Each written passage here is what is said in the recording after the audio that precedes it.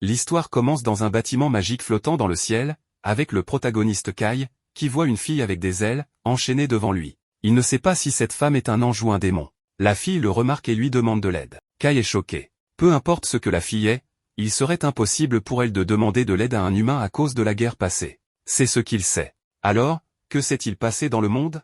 Quelques jours plus tôt, Kai est toujours le même perdant, faisant son travail et surveillant la pyramide devant lui. Dans ce monde, il y a 5 races, la race démoniaque qui utilise le mana, la race des dieux sauvages qui comprend les anges et les elfes, la race des esprits qui a des corps fantomatiques, la race des bêtes fantastiques composée de grandes créatures, y compris les dragons, les humains. Ces races étaient impliquées dans une guerre appelée la Grande Guerre des 5 races que les humains ont remportée. Maintenant, ils doivent empêcher une autre guerre de se produire. C'est pourquoi le pays de Kai, la fédération d'Urza, surveille la crypte, la pyramide devant lui où les démons sont scellés. Après 5 minutes d'observation de la crypte, Kai retourne auprès de ses amis Saki et Aslan qui l'attendent dans leur véhicule. Leur agence, l'agence de protection de l'humanité, est chargée de s'assurer qu'aucun démon ne s'échappe de la crypte. Aslan trouve étrange que Kai prenne son travail trop au sérieux alors qu'il n'y a jamais eu de fuite en 100 ans. Cependant, Kai souligne que les autres gardiens de la crypte dans les 3 autres cryptes où sont contenues les autres races travaillent sûrement dur eux aussi. Saki insiste sur le fait que le monde est déjà en paix, mais Kai ne veut toujours pas baisser sa garde. Plus tard, dans leur ville de Vishar, dans leur quartier général, Kai passe la journée à s'entraîner au combat contre des créatures de type bêtes fantastiques. Il évite leurs énormes pieds et les frappe avec ses coudes. Cependant, quand le dragon se rapproche pour le combattre, Saki voit cela et éteint rapidement la machine. Elle réprimande alors Kai pour être si imprudent à l'entraînement, mais Kai argue que cela ne signifiera rien s'il ne se pousse pas au-delà de ses limites. L'objectif de Kai est de devenir comme le prophète Sid, le héros de l'humanité dans la Grande Guerre passée. Il est celui qui a vaincu les 4 autres héros, l'impératrice noire Vanessa de la race démoniaque, le maître des anges Alfreya, la souveraine des esprits Rikujan Kyoko, et l'empereur des crocs Rétiais. Sid les a tous vaincus avec l'épée que lui a donnée la déesse de la prophétie, Azura Soraka. Après leur discussion, Saki s'approche d'Aslan qui est toujours allongé là où le dragon l'a frappé pendant l'entraînement. Saki demande ensuite aux 2 garçons quel est leur cadeau pour leur autre ami Jean qui obtient une promotion. Malgré ses 17 ans, Jean est déjà promu à leur siège social dans la capitale, Urza.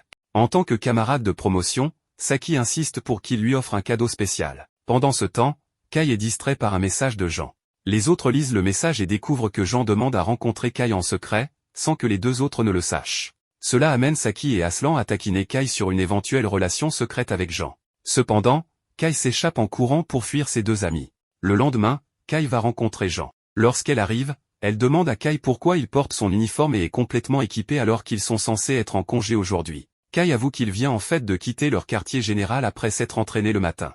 Ils se dirigent ensuite vers leur mission, faire du shopping. Jean regarde les bijoux dans la vitrine d'un magasin et révèle à Kai qu'elle prévoit d'offrir un cadeau à Saki et Aslan. Elle sait déjà qu'il prévoit de lui offrir un cadeau, alors elle veut leur offrir quelque chose en retour, car ils pourraient ne plus jamais se revoir. Kai souligne que le déploiement de Jean ne dure que 2 ans et qu'elle peut revenir ensuite, mais Jean rétorque qu'à ce moment-là, Aslan et Saki auront aussi terminé leur déploiement et retourneront à la vie civile. Jean est triste que, parmi leur groupe, seuls elle et Kai soient assez sérieux pour continuer leur carrière à l'agence.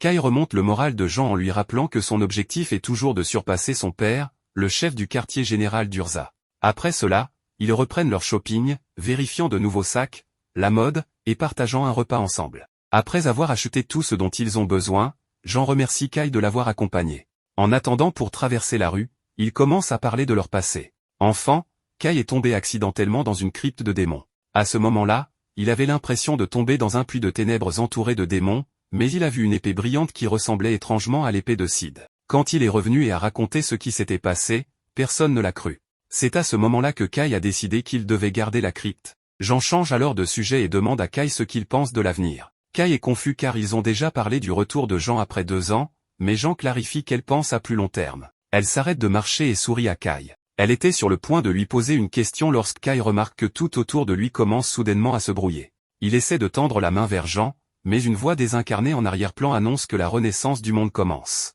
Tout devient noir. En un clin d'œil, le monde autour de Kai se transforme en un lieu post-apocalyptique. Jean et les autres humains disparaissent, laissant Kai se demander comment il s'est retrouvé ici. Soudain, il entend un bruit derrière lui et, en se retournant, il voit un démon ailé gigantesque sortir et lancer une attaque magique contre Kai, le détectant comme un humain.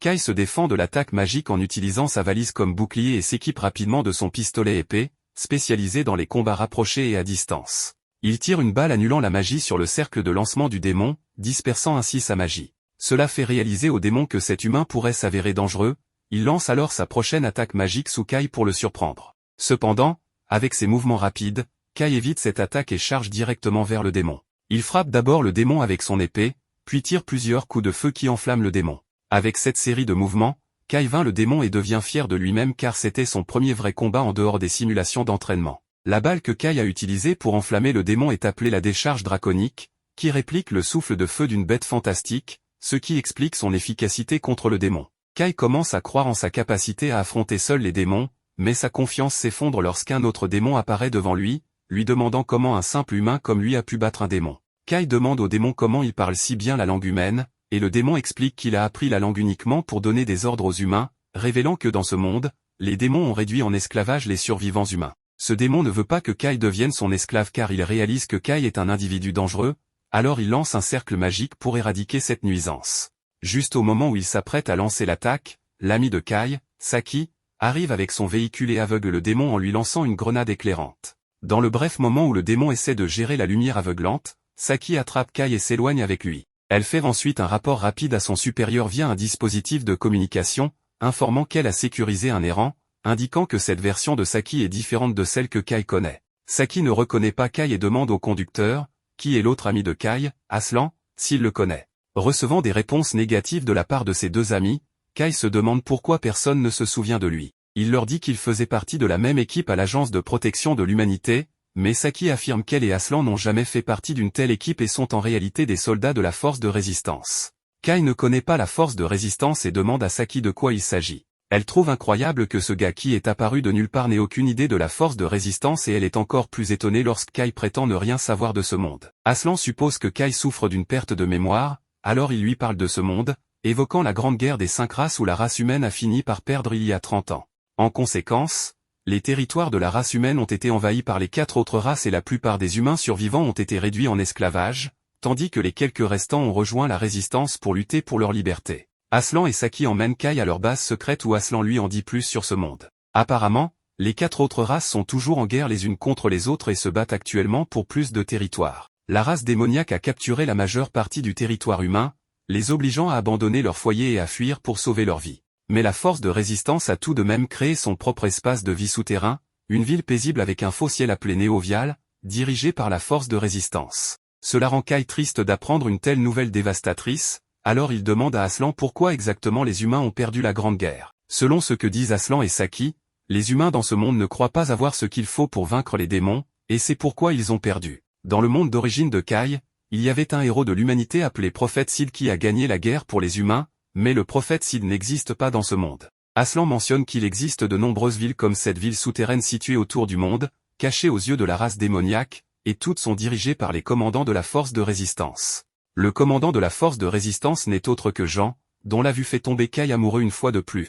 Jean vient voir Aslan et Saki avec ses forces, les remerciant pour leur service comme toujours. Elle voit un nouveau gars derrière elle et apprend de Saki qu'il a été trouvé à la surface avec ses souvenirs disparus. Jean fait confiance à Aslan et Saki pour pouvoir aider Kai seul, alors elle les quitte, mais Kai l'arrête en lui demandant si elle ne se souvient pas qu'ils sont allés faire du shopping il y a quelques minutes. Il mentionne également que Jean cherchait un cadeau pour Saki et Aslan avant de partir Urzac, mais Jean ne se souvient de rien et suppose que ce gars a perdu la tête, alors elle s'en va. Pourtant, Kai continue de prétendre qu'il la connaît et mentionne son rêve de surpasser son père en lui demandant pourquoi elle fait semblant d'être un homme. Le subordonné de Jean, Farline, arrête Kai pour qu'il n'insulte plus son leader et lui dit de se ressaisir avant de partir. Aslan et Saki disent également à Kai d'arrêter s'il ne veut pas être puni et le ramènent chez eux pour qu'il puisse se reposer correctement et clarifier ses pensées. Plus tard dans la nuit, Kai lit l'histoire de ce monde mais ne trouve aucun enregistrement de lui ou du prophète Sid, se demandant pourquoi aucun d'eux n'existe ici. Il parcourt les pages des archives du monde et découvre que la crypte utilisée pour sceller les autres races existe toujours. Le lendemain, il demande à Saki à propos de la crypte, qui prétend ne pas être familier avec ce terme, alors il décide d'aller inspecter l'endroit seul. Il commande à Aslan de lui donner son appareil de communication et part seul. Utilisant leur appareil de patrouille, il atteint l'emplacement de la crypte et découvre que le sceau de la crypte est ouvert. Il entre alors dans le chemin menant à l'intérieur du sceau et trouve commodément une épée lumineuse à l'intérieur qu'il reconnaît comme étant l'épée que le prophète devait utiliser pour vaincre les 4 autres races. Bien sûr, il prend l'épée légendaire pour lui et est instantanément transporté à un endroit dans les cieux où une fille ressemblant à une humaine avec des ailes moitié démon et moitié ange est enchaînée. Voyant Kai, la fille éclate en larmes et le supplie de la libérer de ses chaînes. Kai a du mal à comprendre de quelle race est cette fille, mais celle-ci lui dit qu'elle s'appelle Rin et le supplie de la sauver encore une fois avant de s'évanouir. Kai s'approche de la fille et hésite encore à l'aider ou non, mais il déteste principalement les démons et elle ne ressemble pas à un démon, alors contre son meilleur jugement, il décide de la libérer. Il essaie d'utiliser son épée pour couper les chaînes en deux, mais elles sont trop solides et ne montrent aucun signe de dommage. Kai essaie d'utiliser ses balles, mais cela ne suffit même pas à retirer les chaînes. Il ne sait plus quoi faire puisqu'il n'a pas d'autres armes sur lui, mais il se rappelle alors qu'il a encore cette épée spéciale. Il essaie de se souvenir de son nom et prononce les mots Code Holder à haute voix.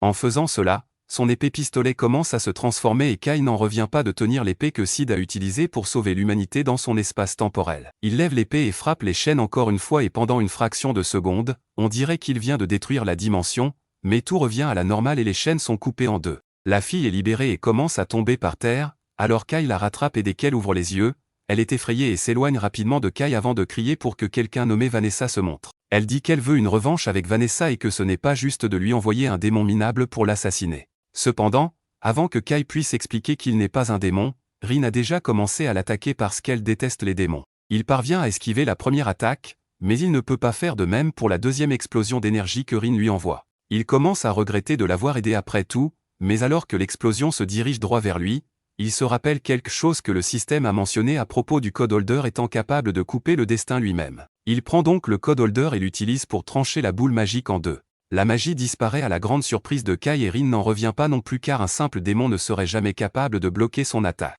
Kai lui dit enfin qu'il n'est pas un démon et qu'il n'a aucune idée d'où elle a eu cette idée puisqu'il n'a ni elle ni qu'eux, donc il est clairement humain. Rin réalise son erreur et s'excuse de l'avoir pris pour un démon et de l'avoir attaqué sans raison, mais elle déteste vraiment les démons, donc c'est toujours de la violence directe dès qu'elle en rencontre un. Kai est au moins certain qu'elle n'est pas un démon, mais il ne sait toujours pas de quelle race elle est, alors il lui demande. Rin le supplie de ne pas poser de questions à ce sujet. Kai accepte de laisser tomber le sujet de sa race pour le moment, mais il a encore d'autres questions à poser, comme où ils sont exactement. Malheureusement, Rin n'a aucune idée non plus de cet endroit. Tout ce dont elle se souvient, c'est qu'elle combattait Vanessa et tout d'un coup elle s'est retrouvée emprisonnée ici.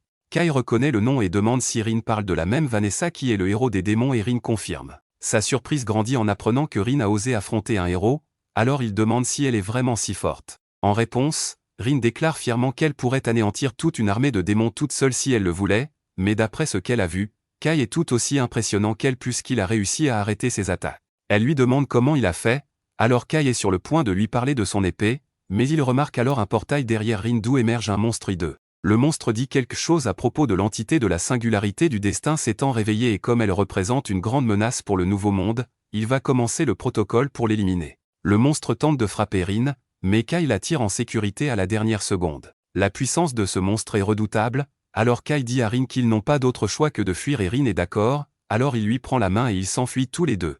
Malheureusement, ils ne savent pas où se trouve la sortie et le monstre a toujours accès au portail. Il tend son tentacule dans le portail et attrape Rin. Il déclare alors avoir capturé la singularité. Le protocole de suppression commence et il forme plusieurs orbes pour effacer Rin de l'existence. Kai ne peut supporter de voir cela, alors il décide de ne plus rester là et d'agir pour sauver Rin. Il utilise à nouveau l'épée dorée et avec elle, il tranche le tentacule du monstre en deux, tout en infligeant des dégâts importants à la dimension. Le monstre le repère et reconnaît qu'il tient l'épée interdite, mais ne comprend pas pourquoi l'épée est ici ni comment un humain pourrait l'avoir en sa possession. Puisque Rin est maintenant libre, Kai n'a pas l'intention de rester pour découvrir ce que le monstre va faire, alors il attrape Rin et saute à travers le trou dans la dimension, les ramenant au cimetière sur Terre. Kai est un peu confus, mais il est heureux qu'ils aient réussi à s'échapper en un seul morceau, et Rin est surtout soulagée car elle avait vraiment peur de mourir. C'est la première fois que quelqu'un se soucie suffisamment pour l'aider, toute sa vie, elle a été rejetée par toutes les autres races qui lui ont dit qu'elle n'était pas des leurs. Cependant, parmi toutes les races, les démons ont été les plus cruels envers elle, l'appelant toujours une abomination, ce qui est la raison pour laquelle Rin a eu une énorme dispute avec Vanessa.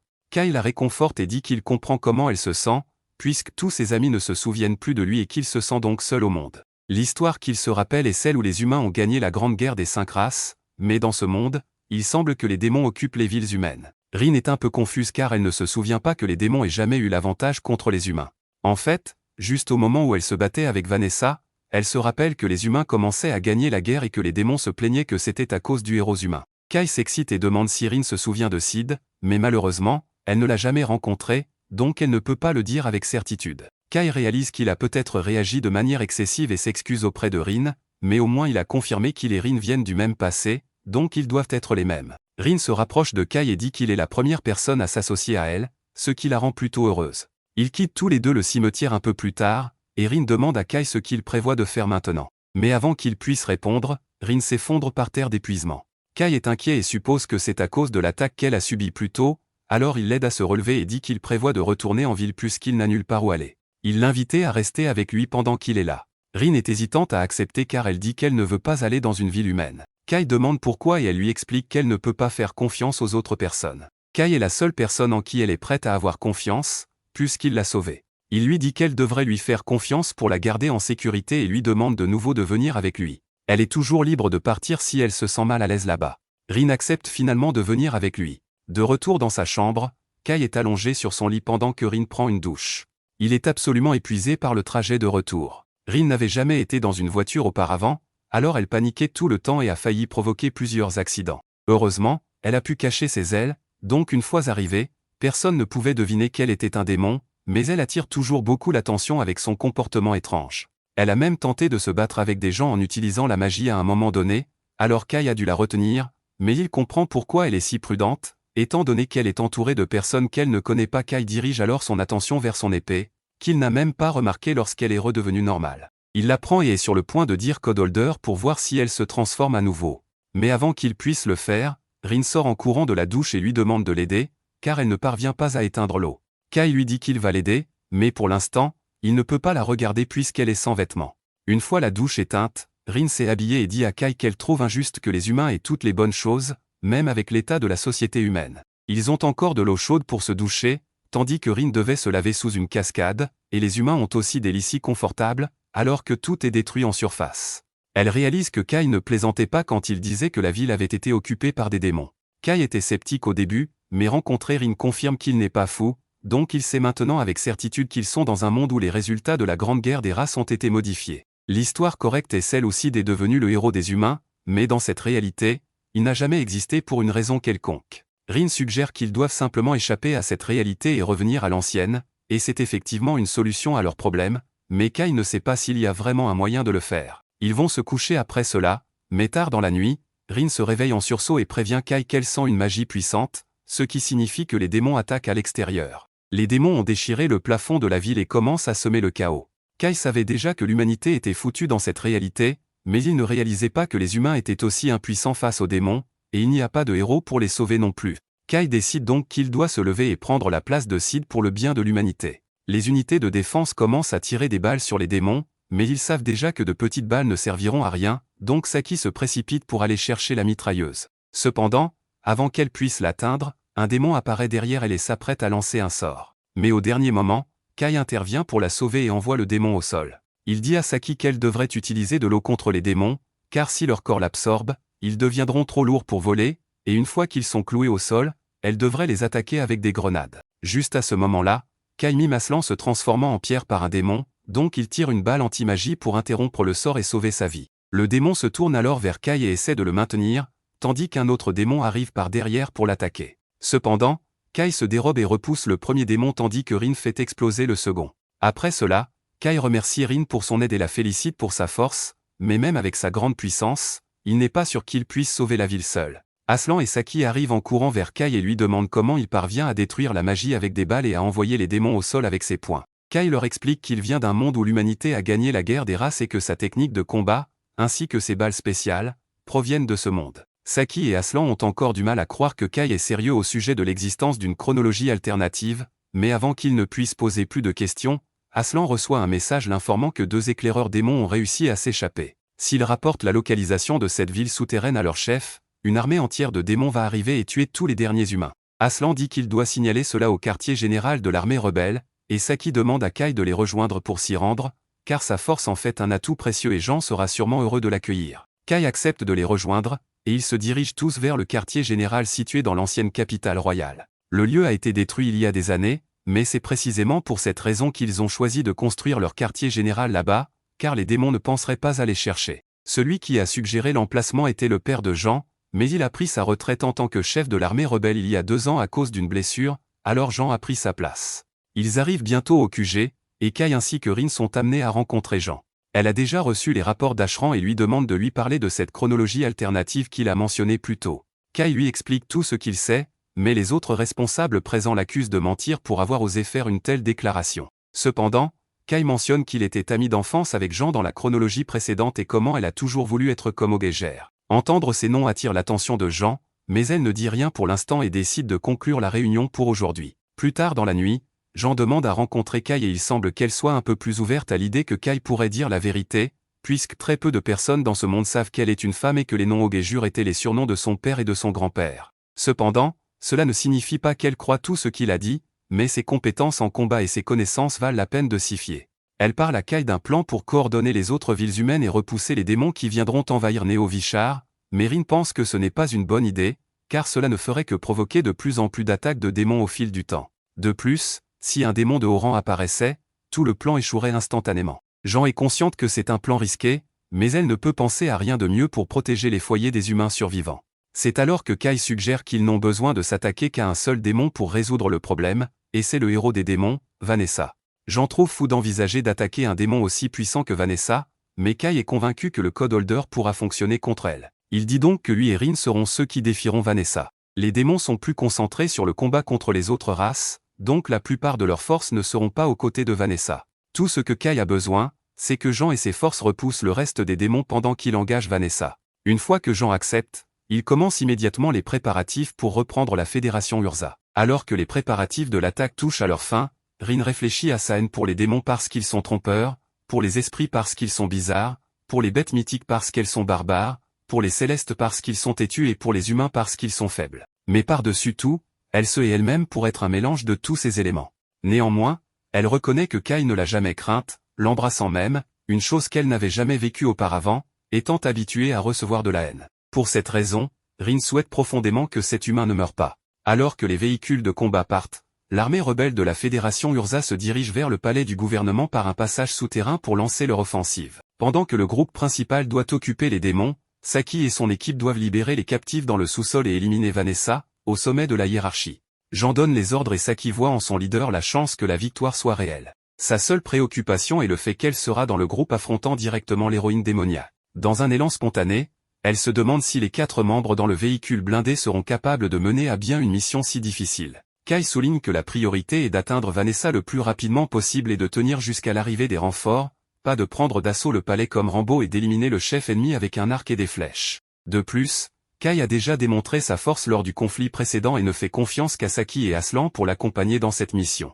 Saki ne semble pas plus calme en entendant cela, alors Rin lui tapote la tête pour essayer de faire la différence. Surprise, Saki se calme. L'entité fait remarquer qu'elle est aussi suffisamment puissante pour affronter les forces ennemies, bien que Vanessa soit une adversaire redoutable. Si l'impératrice des ténèbres insiste pour ne pas mourir, Rin est prête à s'auto-détruire et à emmener le démon avec elle. Malheureusement, cette dernière partie ne semble pas avoir calmé Saki non plus. De même, Aslan avoue être inquiet puisque personne ne sait à quoi ressemblera le palais à leur arrivée, surtout avec les rebelles se déplaçant en si grand nombre, ce qui facilite leur découverte par les ennemis. À ce sujet, Kai leur rappelle que les démons sont sensibles à la magie et que les humains ne possèdent pas de pouvoir magique, ce qui pourrait camoufler les hommes jusqu'à ce qu'ils atteignent l'objectif. Aslan se calme un peu à cette information et ajoute que tous les rebelles seront à jamais gravés dans les mémoires grâce à cette mission, peut-être même bien récompensés. En entendant cela, Kai commente que cet Aslan est plus fort que celui de son monde d'origine et Aslan se demande si c'est une sorte de compliment. Peu après avoir atteint la fin du passage souterrain,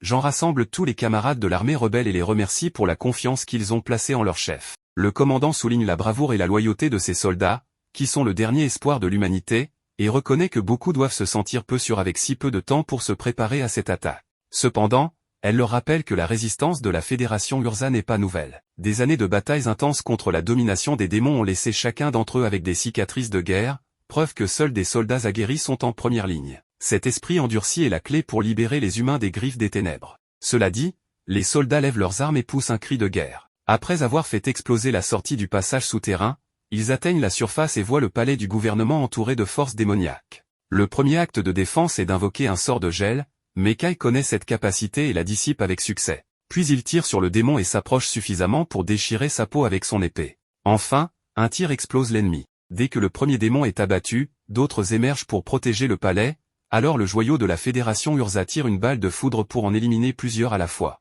Incrédule devant ce qu'il a vu, Aslan se demande si c'est Kai qui est responsable de ce massacre. Ce dernier explique qu'il a utilisé des munitions à effet de zone produites dans son monde. Ensuite, l'étranger mystérieux demande à Rin de ressentir la présence de Vanessa, et dès que l'entité indique l'emplacement possible de l'impératrice des ténèbres, Kai annonce qu'il commencera la recherche à partir du dernier étage du côté nord pour éviter d'attirer trop d'attention. Jean prévoit d'envahir le palais en utilisant les escaliers de secours du côté sud avec son équipe, tandis que le groupe 1 montera la garde à l'entrée pour empêcher les démons de pénétrer dans le bâtiment. Le groupe 2 sera responsable du sauvetage des prisonniers dans le sous-sol. Pendant l'invasion du bâtiment, Falin trouve étrange que Kai affirme que la balle de foudre est un projectile alors qu'il n'a même pas appuyé sur la détente, mais la question est abandonnée car l'objectif demande toute l'attention des combattants.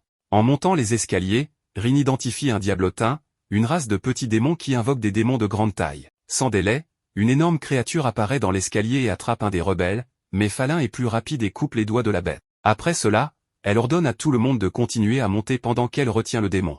À l'entrée du palais, le groupe 1 tire sur les attaquants du mieux qu'il peut, tandis que le groupe 2 atteint les prisonniers dans le sous-sol. L'équipe principale continue son chemin avec le commandant en tête jusqu'à ce qu'elle soit touchée par un piège électrique qui rend tous les soldats nerveux. Cependant, lorsque la fumée se dissipe, Jean avance indemne et demande à tout le monde de se calmer, car elle est protégée par l'ingénierie elfique en portant la combinaison de la lumière sacrée. À côté de la leader, un énorme démon s'approche, alors elle ordonne à Kai et à son unité de partir à la recherche de Vanessa pendant qu'elle combat l'ennemi avec ses hommes. Connue sous le nom de la chevalière de la lumière sacrée, Jean brandit sa lame devant l'adversaire. Plus loin, le groupe de Kai porte un brassard produit par la magie de Rin qui dissimule la présence de celui qui le porte. Continuant leur chemin, ils rencontrent une créature gigantesque qui fait trembler le fusil de Saki, alors Rin essaie de contrôler l'anxiété de sa compagne pour qu'elle ne fasse pas de bruit. Protégée par une barrière invisible pour le démon, les humains poussent un soupir de soulagement lorsque la bête passe sans détecter les intrus.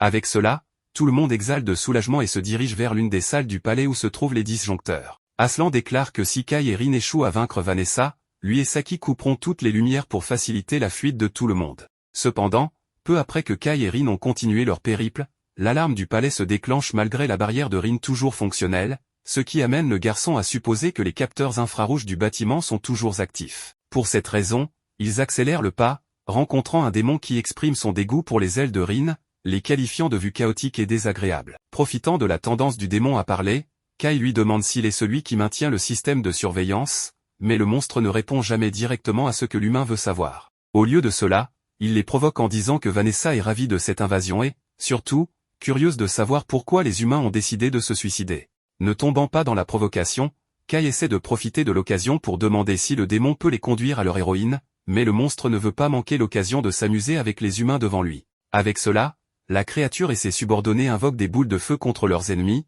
ce qui pousse Rin à attraper Kai et à esquiver les flammes avec ses ailes. Après avoir échappé à la première salve, l'entité jette l'homme au sol et l'isole de la bataille avec un mur de glace afin que Kai puisse continuer son chemin vers Vanessa. N'ayant pas d'autre choix, le garçon continue tandis que les démons sentent une odeur angélique, elfique, naine, spirituelle et draconique sur la femme, et même une odeur démoniaque dans cette entité mystérieuse. Confus, il lui demande ce qu'elle est, mais même Rin ne le sait pas. Tout ce qu'elle sait à ce moment, c'est qu'elle déteste ces créatures hideuses. Pendant ce temps, Kai trouve une énorme porte et entre dans la salle du trône où Vanessa accueille l'humain. Devant cette figure, Kai ne peut s'empêcher de trembler légèrement. En même temps, Jean affronte le démon gigantesque, mais peine à pénétrer l'armure de l'adversaire. Elle déverrouille alors la forme de son arme, révélant un arc long lunaire, et perce enfin l'armure de l'ennemi avec une flèche. Presque mort, le démon observe que la magie elfique intense que cette humaine utilise consomme progressivement sa vie, car les humains ne sont pas préparés à gérer ce genre d'influence. Pour cette raison, le démon croit que le commandant a choisi la mort. Jean enfonce alors son épée dans la tête du démon et confirme qu'elle a choisi de mourir car c'est seulement ainsi que l'humanité pourra gagner cette guerre. Soudain,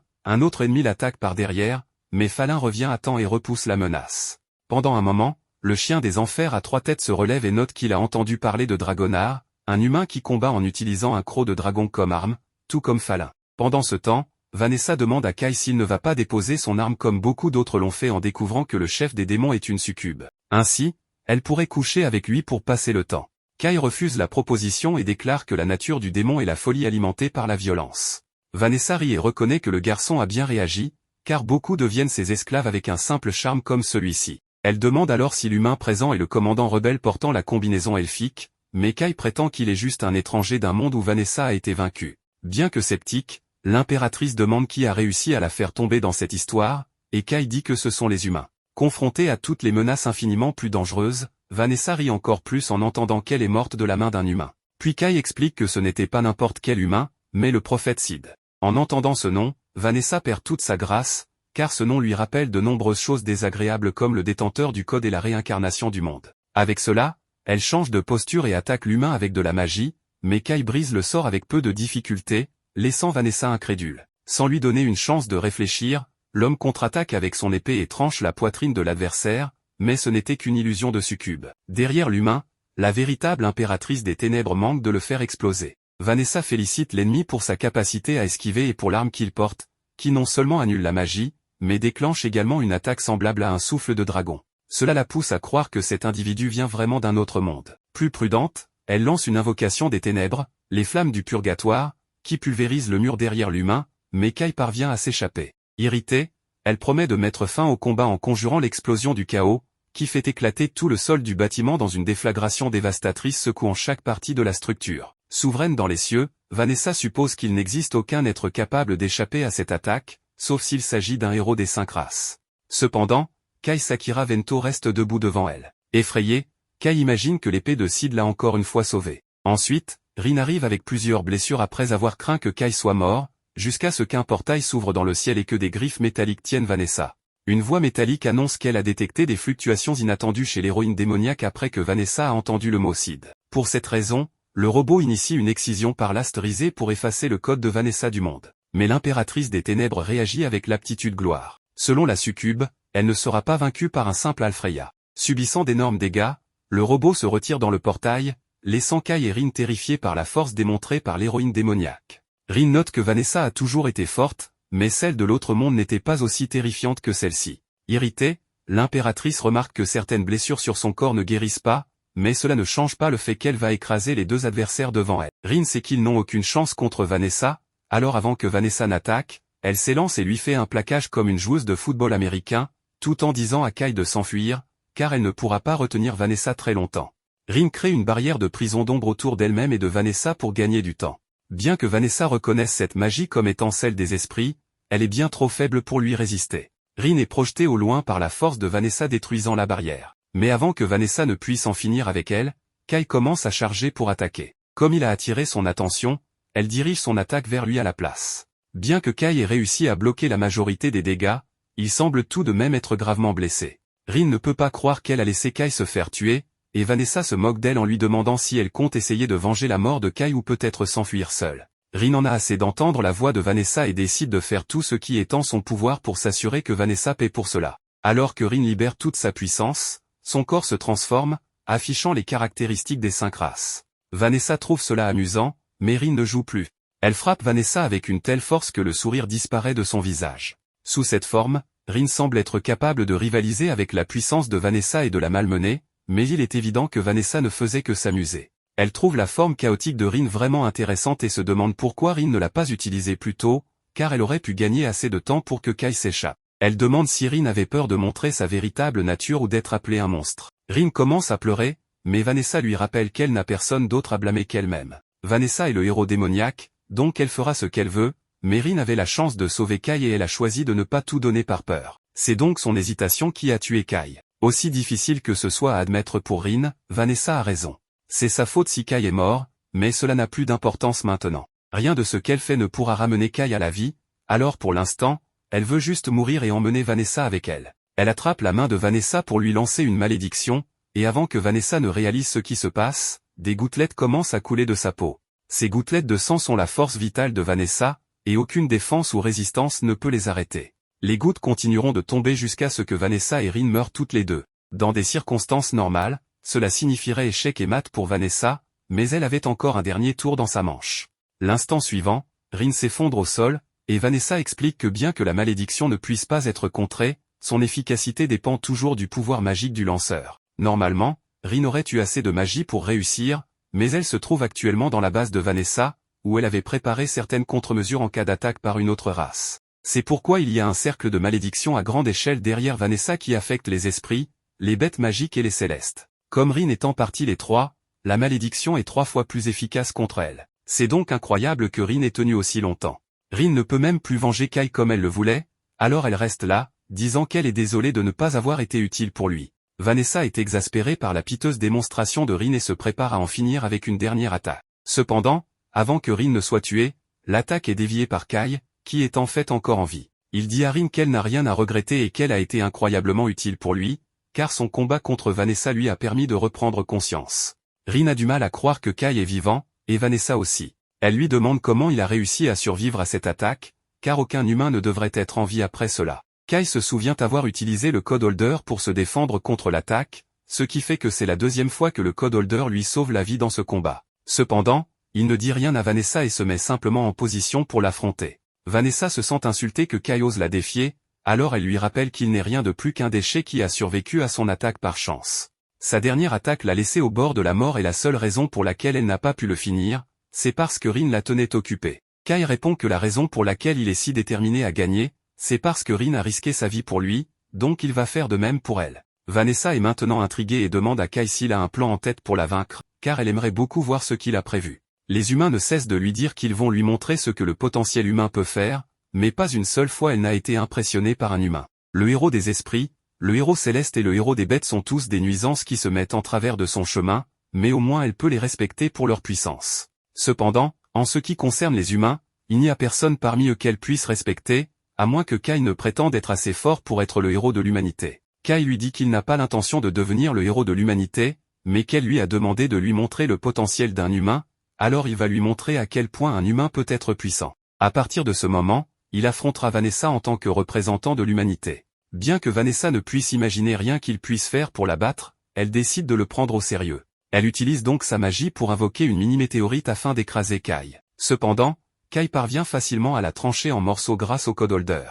Vanessa est impressionnée que Kai puisse trancher sa magie si facilement, mais elle est encore loin d'avoir fini, alors elle commence à lancer des centaines de sorts de flammes infernales. Pendant qu'elle fait cela, Kai appelle Ashran et lui dit de couper l'alimentation immédiatement, ce qui éteint toutes les lumières du bâtiment. Vanessa réalise qu'elle ne peut plus voir, même si elle a une flamme littérale sur son épaule. Et comme Kai n'a pas de magie, elle ne pourra pas non plus le détecter. Cependant, même si l'humain n'a pas de magie, l'épée est pleine d'énergie magique, alors elle vise l'épée avec son attaque de flammes infernales. Mais lorsque la poussière retombe, elle est choquée de découvrir que c'est Rin qui tenait le Code Holder et que Kai est déjà derrière elle. À partir de là, toutes les années d'entraînement de Kai prennent enfin tout leur sens. Il immobilise Vanessa avec une clé de combat et demande à Rin de lui lancer son épée pour qu'il puisse achever Vanessa. La seule chose que Vanessa dit alors qu'elle est sur le point d'être tranchée est je suppose que j'ai perdu. Alors que Vanessa tombe à genoux, son corps commence à se désintégrer à cause des dommages qu'elle a subis. Rin et Kai peuvent dire qu'il y a quelque chose qui ne va pas avec Vanessa, et c'est à ce moment-là que les souvenirs de Vanessa lui reviennent enfin. Elle se rappelle maintenant tout ce qui concerne Sid et la réincarnation du monde. Elle n'arrive pas à croire qu'elle se soit laissée piéger alors que Sid l'avait prévenu que quelque chose comme ça arriverait. Après avoir entendu que Vanessa connaît Sid, Kai commence à lui demander de lui dire tout ce qu'elle sait.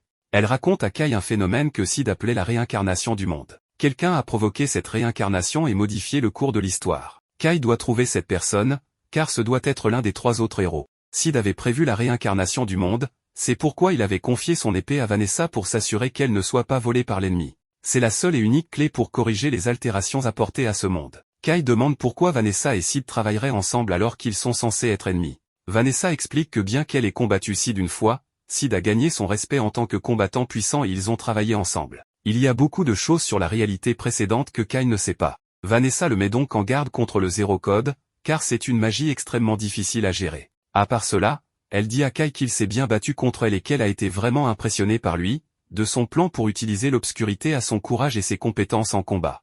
Elle est maintenant sûre que c'est ce que Kai entendait par esprit humain, mais elle se sent encore incroyablement frustrée d'avoir perdu contre lui de cette manière. Elle ne peut pas trouver d'excuses, mais elle adorerait affronter Kai à nouveau. Elle lui dit donc que s'ils se rencontrent de nouveau, elle va s'amuser beaucoup plus avec lui. Kai est à court de mots après ce que Vanessa vient de lui dire, mais l'épuisement du combat le rattrape bientôt, et il finit par tomber à genoux. Cependant, il est soulagé d'avoir finalement réussi à vaincre Vanessa. La nouvelle de la défaite de Vanessa se répand parmi tous les survivants humains et, avant longtemps, ils se rassemblent tous à nouveau à la Fondation Urza pour commencer à la reconquérir. Les choses commencent enfin à s'améliorer pour les humains, mais alors que tout le monde est heureux de la dernière victoire de l'humanité, Kai est encore perdu dans ses pensées sur ce que sera sa prochaine étape. Rin lui demande si quelque chose ne va pas et il répond qu'il pensait qu'il leur était arrivé quelque chose à tous les deux, ce qui explique pourquoi ils sont les seuls à se souvenir de l'ancien monde. Mais s'il doit croire ce que Vanessa a dit, c'est en réalité le contraire qui est vrai, Le monde autour d'eux a été modifié et ils sont les seuls à être restés les mêmes.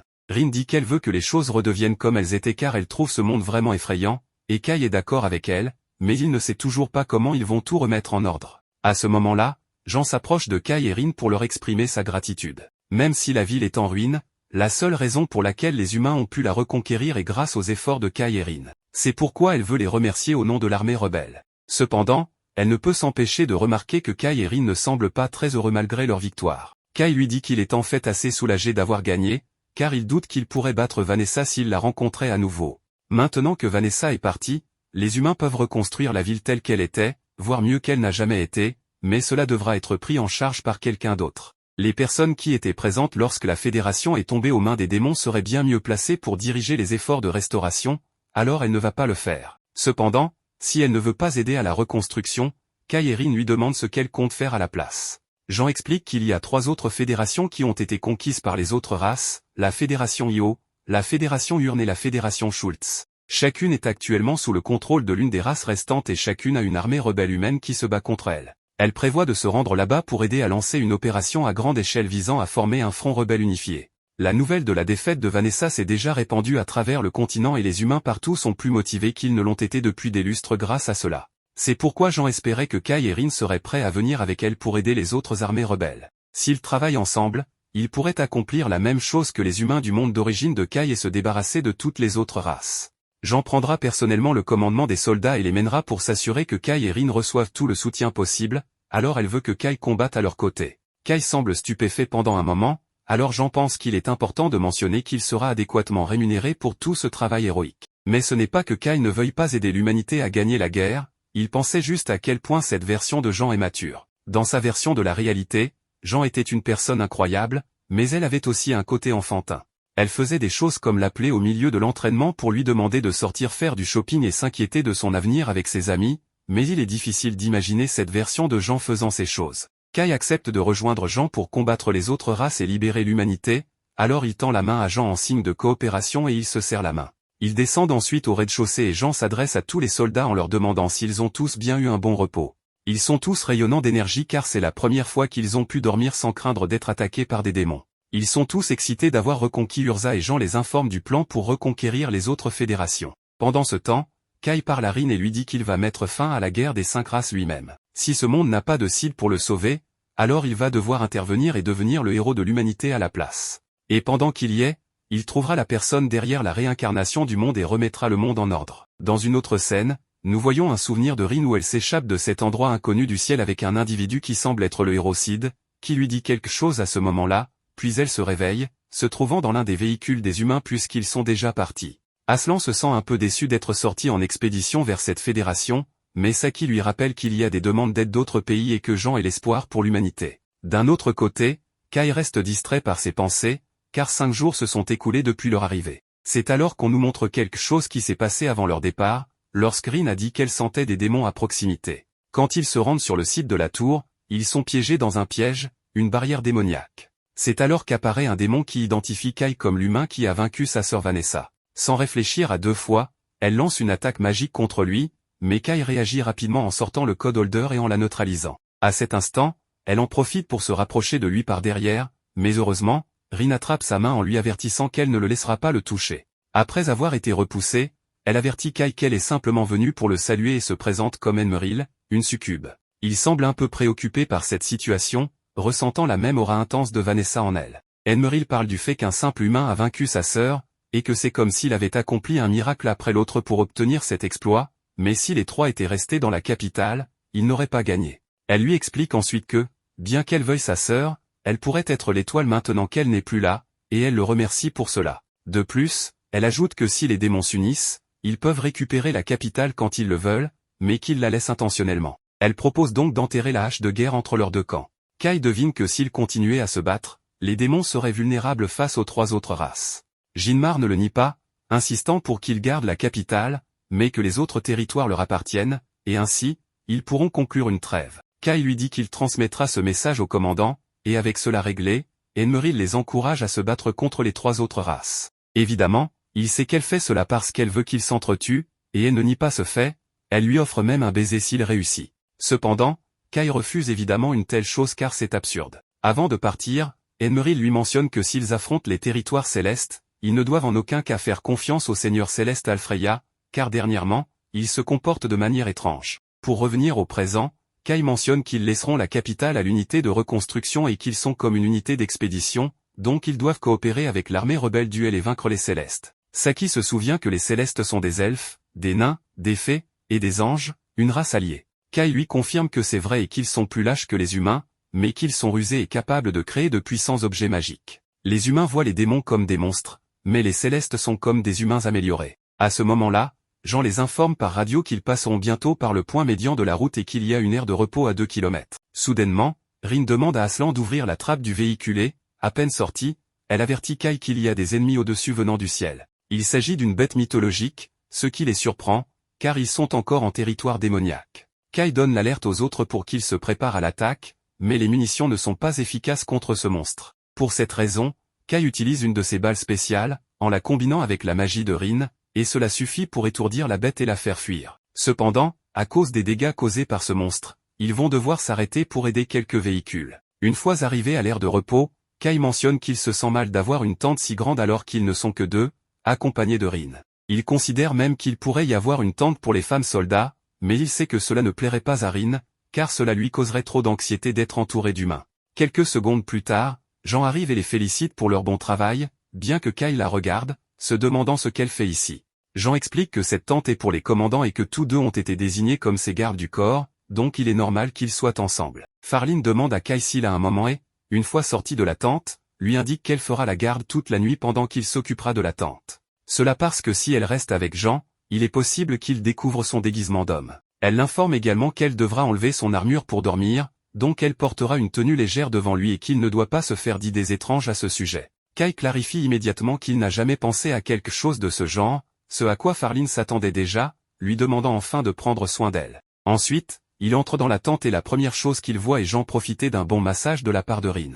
Ici, Kai parle de ce qui s'est passé aujourd'hui, car il ne s'attendait pas à voir une bête mythologique entrer dans la Fédération Urza. Ils ont dû entendre parler de celui qui a vaincu les démons et sont venus explorer. Il ajoute qu'ils ont laissé suffisamment de défenses préparées dans la capitale royale, donc même si une bête mythologique attaquait, elle ne les vaincrait pas facilement. Alors, c'est une perte de temps de s'inquiéter pour cela. Ensuite, elle lui annonce qu'elle doit lui dire quelque chose d'important, à savoir qu'elle a une mauvaise habitude en dormant. Elle s'excuse par avance s'il reçoit des coups de pied pendant la nuit. La scène suivante montre Kai allongé avec Rin et Jean de chaque côté, bien collés à lui. Le lendemain, Aslan lui demande s'il va bien, supposant qu'il n'a pas bien dormi en tant que garde du corps de Jean, remarquant les cernes qu'il a sous les yeux. En réponse, Kai préfère ne pas en parler davantage. Rin observe quelque chose au loin et demande ce que c'est, ce à quoi Saki explique qu'il s'agit du grand mur frontalier. À ce moment, Jean les informe par radio qu'ils vont bientôt traverser la frontière et que derrière ce mur de pierre se trouve la Fédération. Ils se dirigent vers les faubourgs de la capitale royale de la cité, la 8e ville Cassiopée, où sera installée la base de l'armée rebelle de Io. Approchant de leur destination, ils restent vigilants contre les célestes, sachant qu'ils sont plus vulnérables aux armes que les démons. Kai conseille à Rin de respirer profondément avant de tirer. Les humains et les célestes se ressemblent beaucoup, alors il pourrait tirer sur un allié par erreur. C'est alors que Jean donne l'ordre de s'arrêter et de continuer à pied. Rin s'approche de Kai pour lui montrer un fruit, en lui assurant qu'il n'est pas vénéneux, car elle l'a déjà mangé dans la forêt des elfes. Cela signifie que cette végétation appartient aux elfes, et elle lui explique que c'est dû à l'invasion des célestes, qui ont enterré la ville humaine sous la forêt des elfes. En avançant un peu plus, ils sont accueillis chaleureusement par les humains de la Fédération qui étaient cachés. Une fois arrivés à l'entrée de la ville, les soldats de la Résistance les accueillent, et Jean fait la connaissance du conseiller Zefben Bakenig, qui est honoré de le rencontrer. Zefben est au courant de la nouvelle de sa victoire contre le héros des démons, ce qui a apporté un grand espoir. Il salue ensuite Farline, car il ne s'attendait pas à rencontrer quelqu'un qui a vu tant de champs de bataille, et lui dit qu'il souhaite aller droit au but en demandant à parler à son commandant.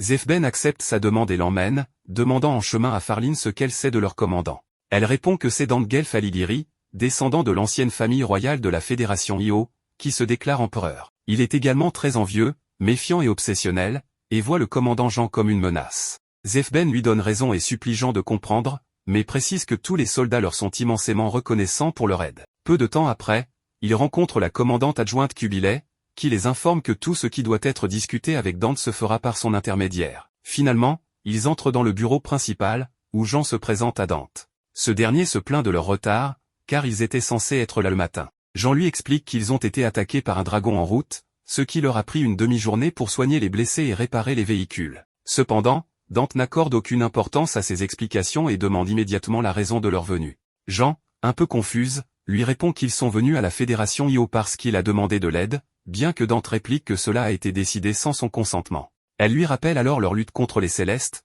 minimisant l'importance des mérites tant qu'ils peuvent vaincre. Elle ajoute qu'après avoir vaincu les Célestes et récupéré la Fédération, ni l'un ni l'autre ne décidera des honneurs qui seront accordés, cela reviendra aux subordonnés et au peuple. Elle lui conseille de se comporter dignement pour mériter ces honneurs, en agissant comme un commandant respectable, et le peuple le louera plus tard. Ensuite, ils assistent à une réunion avec l'armée rebelle, où Sin lui montre une carte et lui donne des détails sur la forêt des elfes, le village des nains, la cachette des fées et la cour des anges. Pour un humain, tout cela est un territoire inconnu, et en plus de cela, ils ne savent pas où se trouve le héros des Célestes. Jean leur dit qu'elle dirigera la recherche et demande à Dante s'ils peuvent emprunter des soldats d'élite de son armée. Dante considère que c'est une imprudence pour un général d'aller en première ligne, mais Jean le corrige en disant qu'elle ne prête sa vie qu'à ceux qui continuent de se battre sur cette terre. Ces paroles inspirent les soldats, qui voient en elle un véritable exemple de courage et de respect. Le soir, Asran parle de la beauté de la commandante adjointe Kubilai, tandis que Rin reste intrigué par elle pour une raison quelconque. Le lendemain, Jean part avec ses soldats vers la forêt des elfes. Pendant ce temps,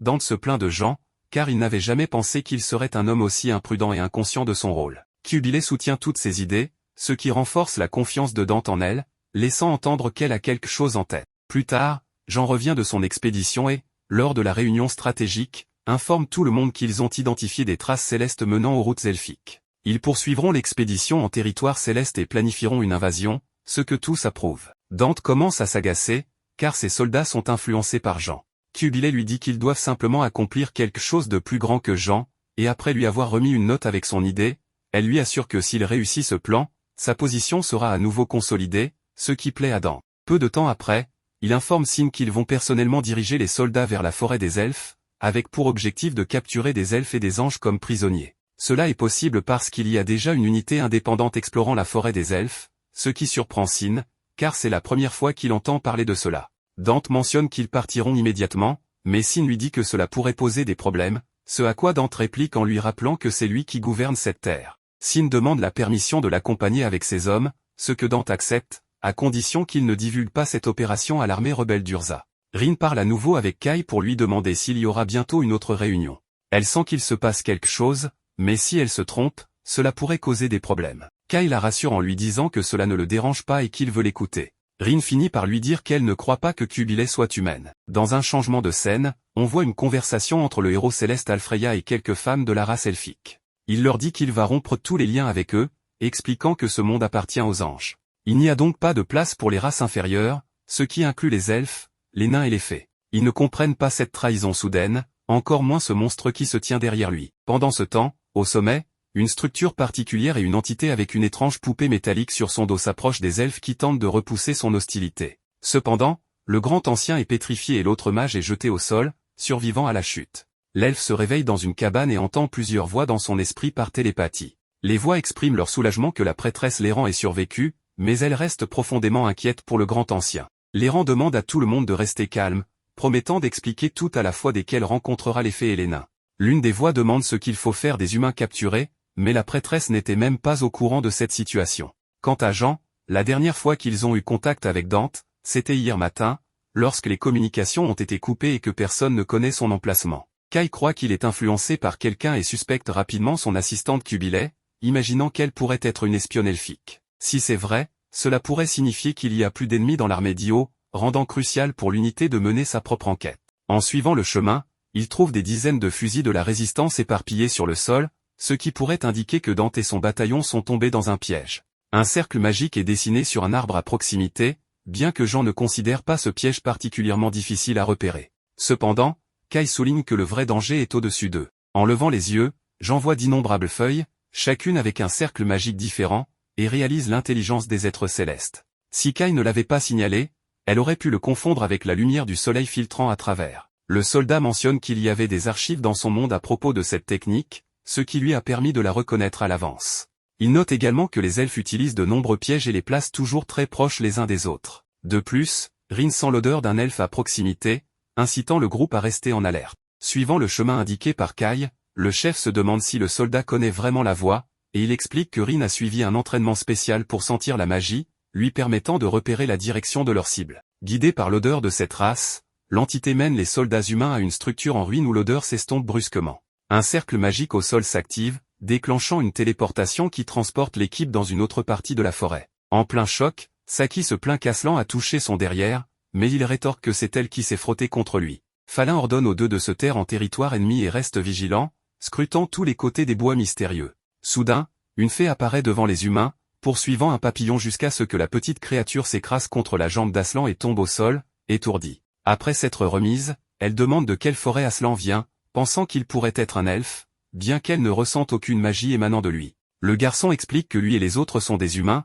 ce qui pousse la fée à fuir par peur d'être mangée. En un rien de temps, elle atteint un village gardé par des archers elfes. À l'arrivée des humains, les elfes préparent leurs flèches, mais un supérieur leur ordonne d'abaisser leurs armes. Le chef elfe déclare qu'elle n'aurait jamais imaginé que les humains pourraient activer le portail, ce à quoi Jean répond que c'est un plaisir de rencontrer à nouveau le commandant adjoint de Dante ou plutôt l'espion céleste. Cubilé insiste pour qu'on l'appelle par son nom, tandis que l'humain veut savoir ce qui est arrivé à Dante et aux autres.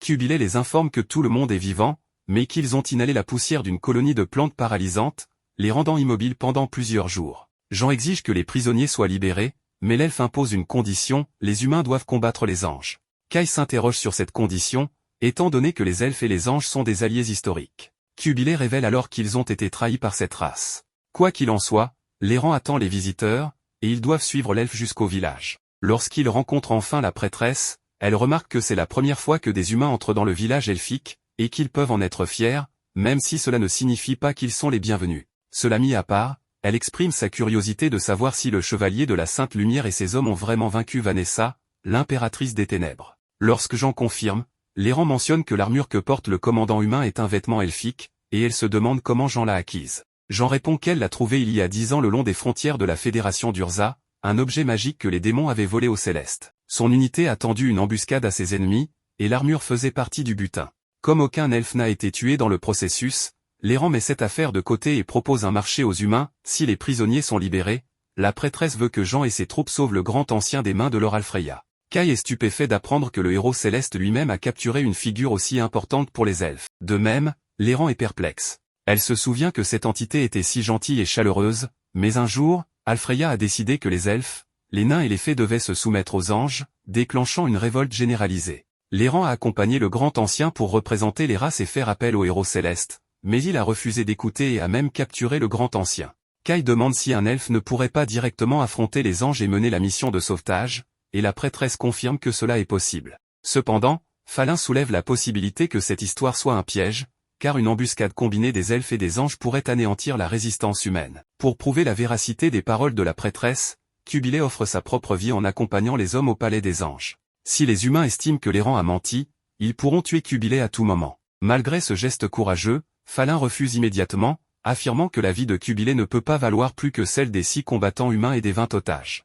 L'elfe doit donc augmenter le nombre de vies de son côté, et elle s'offre en garantie. Cubilé est dévasté, car ce serait une perte immense en l'absence du grand ancien, mais l'errant insiste, disant que c'est la seule chance de résoudre la situation, même si cela doit lui coûter la vie. Il est crucial d'éviter une guerre entre les êtres célestes. La prêtresse ordonne ensuite aux nains et aux fées qui se cachaient à proximité dans la forêt de retourner à leur place et de ne pas attaquer pour le moment.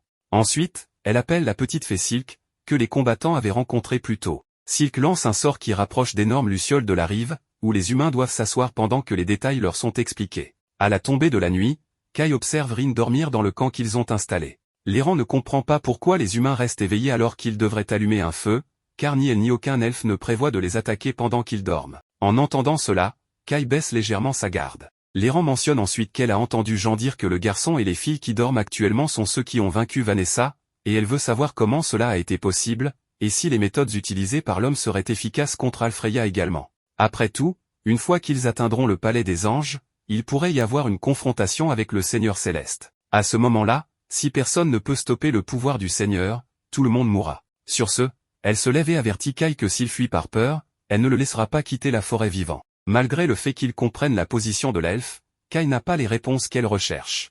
Néanmoins, il lui demande si elle sait quelque chose au sujet d'un humain connu sous le nom de prophète Sid, mais la prêtresse n'en a aucune idée, ce qui réduit encore les espoirs de Kai d'apprendre la vérité sur cette légende. Il se souvient que Vanessa avait mentionné le nom du prophète, quelque chose à propos de la réincarnation globale que Sid avait prédite, et que Kai devait trouver le responsable de cette réincarnation, car cela changerait complètement le monde. Selon l'impératrice des ténèbres, il est probable que le responsable soit l'un des 3 héros restants. À l'aube, les humains se rassemblent dans l'unité de recherche A, désignée pour entrer dans le palais des anges. Tout ce que Saki espère, c'est que la communication avec le quartier général fonctionne pendant cette mission, car, comme l'a mentionné l'elfe, le palais se trouve au sommet d'un arbre colossal, et les humains ne peuvent même pas voir l'endroit pour l'instant. L'errant invoque un double tour pour téléporter leurs nouveaux alliés, ce qui pousse Kai à demander si l'elfe pratique cette méthode pour l'utiliser contre les humains. Cependant, le clerc explique que personne ne craint les humains, seulement les démons, les esprits et les bêtes mythiques. En réponse à cette remarque quelque peu désinvolte, Kai note que les démons pensaient la même chose. Quoi qu'il en soit, il souligne que les anges ont probablement la majorité de leur armée prête à la frontière, de sorte que le palais pourrait être mal défendu. Alors que l'homme parle avec une détermination inébranlable, l'elfe reconnaît qu'ils n'ont pas vaincu Vanessa par hasard, mais Kai va plus loin en mentionnant qu'il connaît un humain qui a vaincu à lui seul les 4 héros des autres races. Cela dit, le sort s'active, téléportant le groupe au sommet de l'arbre où se trouve le palais des anges. Là-haut, une terrible odeur de feu et de fumée imprègne l'air, et des anges brûlés entourent le sol où se tiennent les humains. Malgré cela, l'errant se rend compte que les victimes ne sont pas mortes, mais Kai pense qu'il est temps d'utiliser ce massacre à leur avantage, car le chemin devant eux est dégagé. Guidés par la prêtresse, ils parviennent à naviguer à travers les étapes du palais, ce qui serait impossible sans elle, comme le reconnaît Falin. Cependant, alors qu'ils progressent plus profondément dans la structure, le groupe est attaqué par une petite tornade coupante qui détruit le sol sous leurs pieds. À la source de ce pouvoir se trouvait un ange qui avait détecté l'odeur de cet endroit, en particulier celle d'une vieille connaissance, l'errant. En examinant de près le visage de l'entité, l'elfe savait qu'il s'agissait de l'ange de guerre Vicius, et son cœur se remplit de chagrin en voyant que même les anges en qui elle avait confiance avaient rejoint la trahison contre sa race. Vicius se déclare servante d'Alfreya, le seigneur des cieux, affirmant que tout doit agir selon sa volonté et que les anges brûlés à l'entrée étaient des traîtres insensés qui s'étaient opposés aux ordres du grand dirigeant. À ce sujet, l'ange avertit que bientôt le grand ancien des elfes sera exécuté, servant d'avertissement aux autres races qui comprendront enfin qu'elles doivent se soumettre aux anges. S'opposant également à cette demande, Falin mène Aslan et Saki contre l'ange, tandis que Kai et l'errant poursuivent la mission. Vicious tente de bloquer le passage des humains, mais les tireurs empêchent efficacement sa réaction. Il est ridicule, selon elle, de penser que cette race inférieure se dresse contre les anges, et Félan rétorque qu'ils en ont assez entendu à ce sujet. À l'étage supérieur, le groupe chargé de poursuivre la mission rencontre un autre ange gardant la zone. Rin attrape le gigantesque marteau de l'entité pour éviter d'être écrasé et projette l'ennemi au loin.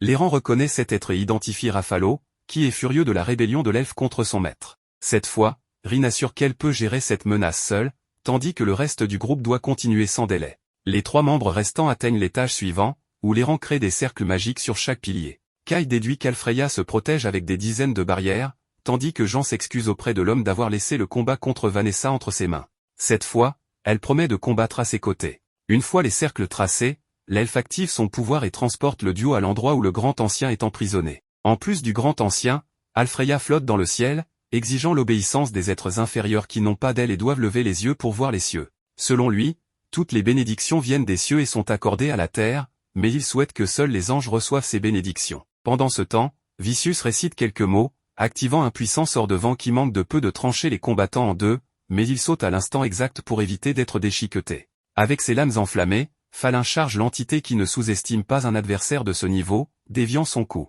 Selon l'ange, ces épées semblent être faites de crocs de dragon, des créatures mystiques si puissantes que les armes fabriquées à partir de certains de leurs matériaux peuvent exploser à l'impact, ce qui est le cas des armes que son adversaire manie. Falin est surprise que son ennemi en sache autant à ce sujet, alors Vicius explique que les êtres célestes sont habiles à créer de tels objets. La bretteuse saisit l'opportunité de souligner qu'Alfreya veut asservir les célestes, transformant leurs talents, par exemple, en de simples armes entre ses mains. Cependant, Vicius est aveuglé par sa dévotion envers le leader suprême de sa race et consumé par la haine envers les soi-disant races inférieures. Un étage au-dessus, Rin est engagé dans un combat intense avec Rafalo, où l'ange admet qu'il ne s'attendait pas à ce que son adversaire perce sa défense divine. En réalisant cela, il commence à voir Rin comme une véritable menace. Rin rétorque furieusement que le céleste ment, car ses attaques n'ont pas été du tout efficaces.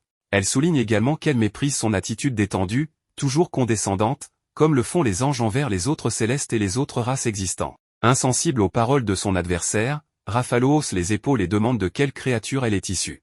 Rin avoue qu'elle ne le sait pas, mais cela n'a pas d'importance tant qu'elle a Kai à ses côtés. Pendant ce temps, le leader suprême des Célestes prévoit de procéder à l'exécution du grand ancien des Elfes, laissant les rangs encore plus déçus par la position de l'ange, car il était autrefois bienveillant. En pensant à cela, elle hurle qu'Alfreya n'a aucun droit de régner sur les Célestes et qu'elle-même l'enverra dans sa tombe. Sur ces mots, elle charge l'ange qui répond avec son pouvoir Magnifica, une cloche qui invoque des sorts comme une lame rouge qui manque de peu de frapper la prêtresse. Cependant, Kai intervient juste à temps avec son pouvoir de détenteur de code pour exploser la magie de l'ennemi. Sans montrer de surprise, Alfreya veut savoir si ce jeune homme est vraiment humain ou un elfe déguisé, puisqu'il protège une claire elfe. Mais Kai précise qu'il est pleinement humain. Alfreya révèle qu'il ne comprend pas la raison de sauver quelqu'un qui n'est pas de sa race, alors Kai souligne que la mort de cette figure importante des elfes provoquerait une profonde haine des elfes envers les humains. Alfreya réplique que l'existence de Kai et de l'errant est très différente, car même si le jugement de Kai peut être divers, il serait tout de même réduit en cendres, tout comme l'elfe. En fait, cela ne s'est pas produit grâce à cette épée inhabituelle. Kai en profite pour préciser que cette arme a pu résister à la magie de l'impératrice noire Vanessa et est donc capable de faire face à Alfreya également. Entendant cela, le Céleste éclate de rire et traite Vanessa de démon ignoble, si pathétique qu'elle a été battue par un simple humain. Impassible, Kai doute qu'Alfreya soit en position de ridiculiser l'héroïne démoniaque, car au moins elle n'a pas essayé d'exécuter ses propres subordonnés comme l'ange l'a fait. Pourtant, l'ange ne perd pas son sourire, expliquant que c'était sa décision, car après tout, il est une bénédiction divine, l'étoile la plus noble et la plus brillante qui existe, et n'a aucune intention de considérer quiconque qui désobéit à sa souveraineté comme un subordonné. Jean, fatigué du discours arrogant d'Alfreya, tire une flèche magique avec son arc de lune, qu'Alfreya parvient à bloquer. Cependant, lorsque son bouclier est brisé par la force du projectile, un éclat finit par lui entailler le visage, saignant légèrement. L'ange demande à l'humaine si elle sait ce que cela signifie d'utiliser un arc elfique avec un corps humain, mais la commandante pense que le fait que sa vie soit drainée est un petit prix à payer pour la victoire. À ce propos, elle lance une autre flèche sur Alfreya, qui réagit avec un rayon céleste. La flèche ricochette sur la magie de l'ange et frappe Jean en retour, mais elle ne ressent aucun dommage car elle porte la tunique de lumière sacrée. Suite à cela, le héros céleste promet de ne pas pardonner à cette humaine d'utiliser l'équipement profane des elfes. Il ouvre alors un cercle magique dans le ciel et invoque une série d'éclairs. L'errant invoque le bouclier de la troisième princesse pour éviter une catastrophe. Après cela, elle se précipite avec Kai pour libérer le grand ancien tandis qu'Alfreya tente de les arrêter avec la lance de punition divine. L'errant essaie d'utiliser le bouclier de la quatrième princesse, mais il est percé. Kai dévie l'attaque une fois de plus avec son épée. L'errant saisit l'occasion pour briser le cristal avec son poignard, mais c'est son arme qui se brise au contact du matériau emprisonnant le grand ancien. Face au fait, la prêtresse réfléchit sur ce cercueil qui scelle le grand ancien, la lance qui traverse ses barrières, la cloche qui invoque la foudre, et un bâton qui crée une lame rouge. Impressionné, l'elfe ne comprend pas comment cet ange parvient à maîtriser une telle variété de magie à la fois. Même en tant que héros, Alfreya devrait être à court de mana maintenant, ce qui n'est pas le cas. Elle se demande si tout ce pouvoir est ce qui a soudainement changé l'ange, mais il n'est pas d'accord, disant qu'il n'a pas changé. Selon lui, le temps de l'enlèvement est venu, où un nouveau subordonné remplacera Alfreya, et ce subordonné est l'Asterazé, la femme robotique qui a attaqué Kai, Rin, et Vanessa. Pendant ce temps, Rin lutte contre le pouvoir de Raphalo, mais elle ne montre aucun signe de céder. Toujours forte, elle donne un coup de poing au casque de l'ennemi, le brisant en morceaux. De même, Falin se bat avec acharnement pour vaincre Vicious. L'officier ordonne à Saki et Acheron de tirer sur les ailes de l'ange, mais il parvient à esquiver les balles. Acheron va plus loin et lance une grenade qui manque de peu sa cible. Vicious échappe de justesse, mais se retrouve vulnérable à la charge de Falin, qui se retrouve face aux ailes de l'ange, la source de leur mana. En voyant cela, Falin mentionne cette faiblesse, ce qui laisse l'ange perplexe quant à la façon dont une humaine pourrait savoir cela. Falin explique qu'un homme d'un autre monde lui a dit. Dès qu'elle entend cela, Vicious laisse tomber son arme au sol. Après la raclée que Rin a infligée à Raphalo, celui-ci recule et lui dit d'avancer car son pouvoir pourrait être ce qui est nécessaire pour libérer le grand ancien. Confuse, Rin demande s'il a changé de camp, et il explique que lui et Vicious ont remarqué un changement dans le comportement d'Alfreya et attendaient ce moment pour essayer de renverser la situation. De même, Vicious permet également aux humains de partir, mais insiste pour que Falin présente ses excuses à l'errant et au grand ancien en son nom pour ce qu'elle a fait. Falin ne se soucie pas de ce que l'ange veut et dit que si Vicious veut s'excuser, elle devrait le faire elle-même et montrer le chemin aux humains. Pendant ce temps, Alfreya ordonne à l'Asterazé de tuer les ennemis. Elle déchaîne alors un sort tonitruant qui propulse Jean dans les airs. Ne voulant pas en rester là, la commandante tire une autre flèche, mais aucun dégât n'est infligé à la mystérieuse machine. On voit ensuite que Rin a attrapé Jean en plein vol, ce qui lui a permis de tirer avec son arc même après avoir été projeté. Alfreya ne manque pas l'occasion de souligner à quel point cette créature sans race définie est grotesque, mais Rin ne s'en soucie pas, concentrée sur l'Asterazé devant elle. Kai demande à l'ange de quoi il s'agit avec cette histoire de réincarnation du monde, mais Alfreya n'a aucune idée. Frustré, Kai demande s'il sait quelque chose à propos de Sid. En entendant ce nom, les yeux d'Alfreya tremblent alors qu'il admet avoir reçu quelque chose de cet humain, jusqu'à ce que l'Asterazé surprenne tout le monde en enroulant un de ses bras autour du cou du héros céleste. Le système de la machine affirme avoir détecté des fluctuations inattendues chez Alfreya en raison de l'influence du mot Sid. Ainsi, l'Asterazé exécute le code 0 pour retirer le code d'Alfreya du monde et initier la substitution du héros. Avec cela, l'ange est entièrement aspiré dans un portail, laissant tout le monde autour dans l'incrédulité face à ce qu'il venait de voir. Kai se souvient que la même chose a failli arriver à Vanessa ce jour-là, tandis que l'Asterazé se retire à travers un autre portail. Après cela, Alfreya réapparaît au sein d'une spirale d'énergie bizarre qui obscurcit ses traits originaux, faisant apparaître l'avatar de l'ange avec ses ailes noires. Cela rappelle à Kai que la réincarnation du monde a été activée lorsqu'il a été emmené devant Jean alors qu'elle était encore dans son monde d'origine. Ce jour-là, le monde a été réécrit, et maintenant un héros a été remplacé par ce processus. Alfreya commence à se sentir encore plus important, convaincu qu'il est le seul à exister dans les cieux et que, par conséquent, tout doit brûler sauf lui. En disant cela, il déclenche un puissant sort contre ses ennemis, que Rin tente de défendre avec sa barrière. Cependant, le bouclier ne peut pas résister à la pression intense et se brise, provoquant une explosion.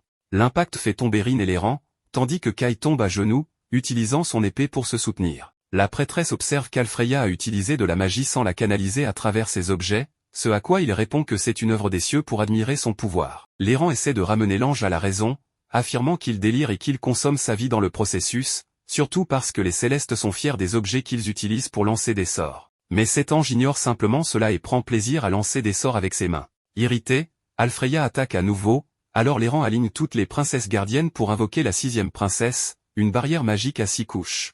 Après avoir brisé les 2 premières couches, le sort de l'ange s'arrête au 3e bouclier. L'elfe souligne que, peu importe la puissance d'Alfreya, aucune attaque ne peut pénétrer les 7 princesses gardiennes. Cependant, Alfreya prouve que la prêtresse a tort en utilisant le don divin du roi épéiste, une lame qui dépasse facilement les boucliers ennemis et frappe les rangs. Kai intervient pour bloquer l'avancée de son rival, rappelant à l'elfe qu'elle croit au retour du véritable Alfreya. Mais la machine angélique l'ignore et questionne ce qu'un simple humain pourrait comprendre à ce sujet. En réponse, Kai dit qu'il comprend qu'Alfreya n'est plus celui que les rangs vénèrent, ni le leader des célestes, mais simplement une imitation reproduisant le pouvoir d'un héros. Incrédule, Jean et les rangs craignent la réaction d'Alfreya, tandis que Rin, toujours pas remise de l'explosion, appelle le nom de Kai. Le combattant fait ce qu'il peut contre le soi-disant héros céleste, maniant l'épée de Sid pour engager un duel. Il remarque que l'épée Alfreya se régénère à chaque fois qu'elle se brise, ce qui explique pourquoi la barrière de l'errance est activée correctement pendant une fraction de seconde. En d'autres termes, l'épée de l'ange se régénérerait chaque fois qu'elle passerait à travers une barrière. Fier de ses propres capacités,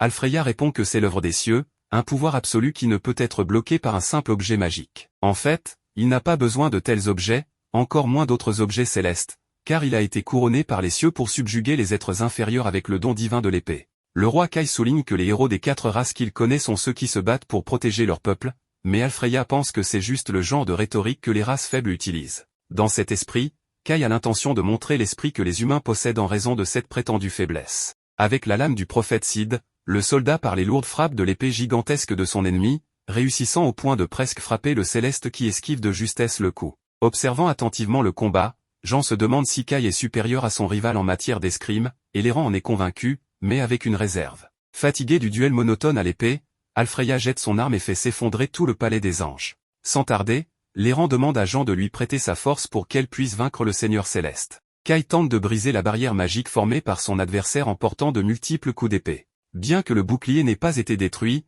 la force de la lame magique a réussi à infliger une coupure sur l'abdomen d'Alfreya. À ce moment-là, l'ange perd toute patience et saisit l'humain par le cou. Kai gardait encore l'espoir que l'ennemi puisse retrouver sa raison, comme l'avait fait Vanessa, mais il semble que cette fois, cela n'arrivera pas. En même temps, Léran a invoqué les 7 princesses aux côtés de Jean, qui a préparé sa capacité long arc de la lune, vraie lune. Comme il n'y a qu'une seule chance de tirer, la commandante ne peut même pas envisager de manquer sa cible. Visant sa cible, elle tire un coup qui le frappe avec une immense puissance dans la région de l'épaule gauche. L'impact détruit cette partie du corps de l'ange, mais il reste debout, prêt à se battre. Consumé par la rage, il réitère qu'il fait face à des races inférieures tout en laissant sa puissance accumuler, qui émanait de son corps comme une aura dorée. Kai fait pivoter le corps de l'ennemi et assène un coup de poing sur la zone de la coupure, le mettant finalement à terre. Avec cela, une énorme énergie est expulsée du corps d'Alfreya, ainsi que quelques rayons sombres qui le contrôlaient. Visiblement altéré, l'ange commente à quel point il est terrible de penser qu'il renoncerait à ses ailes et tomberait au sol. À la fois effrayée et pleine d'espoir, l'errant appelle le Seigneur Céleste par son nom, et il sourit à la prêtresse, l'avertissant que cet endroit s'effondrera bientôt, donc tout le monde doit fuir aussi vite que possible. Quant à lui, Alfreya déclare qu'il ne mérite plus d'être adoré par ses fidèles, ce avec quoi l'errant est toujours en désaccord. À ce moment-là, le cristal retenant le grand ancien se brise. Le Seigneur Céleste demande à la prêtresse de dire à tout le monde que tout était son erreur, et Kai voit la similitude entre le comportement de l'ange et celui de Vanessa lorsqu'elle a été vaincue. Alfreya confesse à l'humain que des paroles du prophète Sid lui avaient été confiées concernant la manière dont quelque chose était censé exister. Malheureusement, l'ange n'a jamais découvert ce dont le prophète parlait, mais il se souvient que la force derrière la réincarnation du monde est la haine. De plus, le fait que Kai ait risqué sa vie pour sauver un elfe est probablement ce qui a activé le code tabou, raison pour laquelle il doit détruire la haine qui consume ce monde. En disant cela, le bras d'Alfreya se désintègre comme du sable, puis ses restes sont doucement emportés vers le ciel par le vent, dissipant complètement le légendaire Seigneur Céleste. Dans les régions inférieures du palais, Vicious voit les fragments de son maître flotter dans l'air au milieu de l'intervention magique des anciens. Raffalo déplore le fait qu'il n'a rien pu faire alors que son maître se faisait corrompre. Kai demande quand le comportement du chef céleste a commencé à changer, supposant que c'était lorsque le dernier Lasterasé est apparu.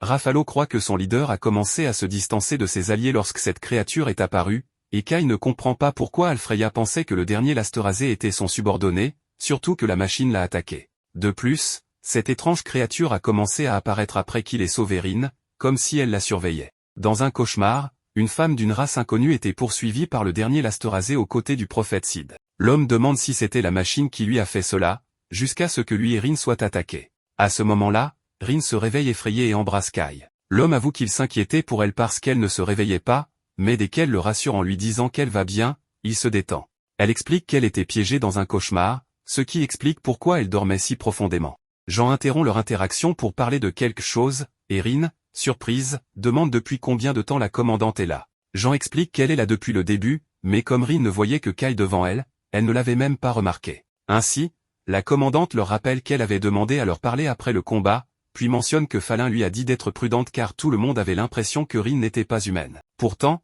il semble même que Rin elle-même ne sait pas à quelle race elle appartient, ce qu'elle admet être vrai. Tandis que Kai s'excuse de ne pas l'avoir dit plus tôt à la commandante, elle se demande s'il pensait qu'elle brûlerait la fille sur le bûcher s'il disait la vérité. Kai répond que c'est le genre de choses qu'une commandante de la résistance ferait, ce que Jean admet en partie, car Rin pourrait très bien être une espionne démoniaque. Mais elle a appris de Kai que la fille d'une race inconnue a défié l'héroïne démoniaque et a même sauvé Jean elle-même. Étant donné ces événements, il n'y a pas moyen de ne pas lui faire confiance. Kai réitère que Rin est du côté de la résistance, et la fille le confirme, tant que Kai est à ses côtés. De toute façon, elle est heureuse d'avoir gagné la confiance de Jean. Quant au fait mystérieux que la fille n'est pas humaine, la chef de la résistance préfère garder cela secret pour l'instant, car une telle révélation pourrait causer de la confusion parmi les combattants, ce qui doit être évité à tout prix. Mettant cela de côté, Jean demande à toucher l'aile de la créature et remarque qu'elle est chatouilleuse à cet endroit, alors elle en profite pour la taquiner un peu. Alors que l'aube se lève, le grand ancien propose un accord, dans 1 an, les humains ne seront plus autorisés à entrer dans la forêt, tout comme les êtres célestes ne pourront plus entrer dans les villes humaines. Jean accepte les termes et prend la responsabilité d'expliquer la situation à l'armée rebellio. Saisissant l'occasion, l'ancien prévoit de former un traité de trêve et offre quelques objets aux humains en signe de bonne volonté. Pour la commandante de la résistance, l'arc long de la lune, entièrement restauré après avoir été gravement endommagé, est rendu. Quant au guerrier Kai, le cadeau qui lui est accordé est les balles qu'il a utilisées au combat pour annuler la magie ennemie. Kai commente que cette munition est appelée balles elfiques modifiées, mais même les elfes ne connaissaient pas cette appellation.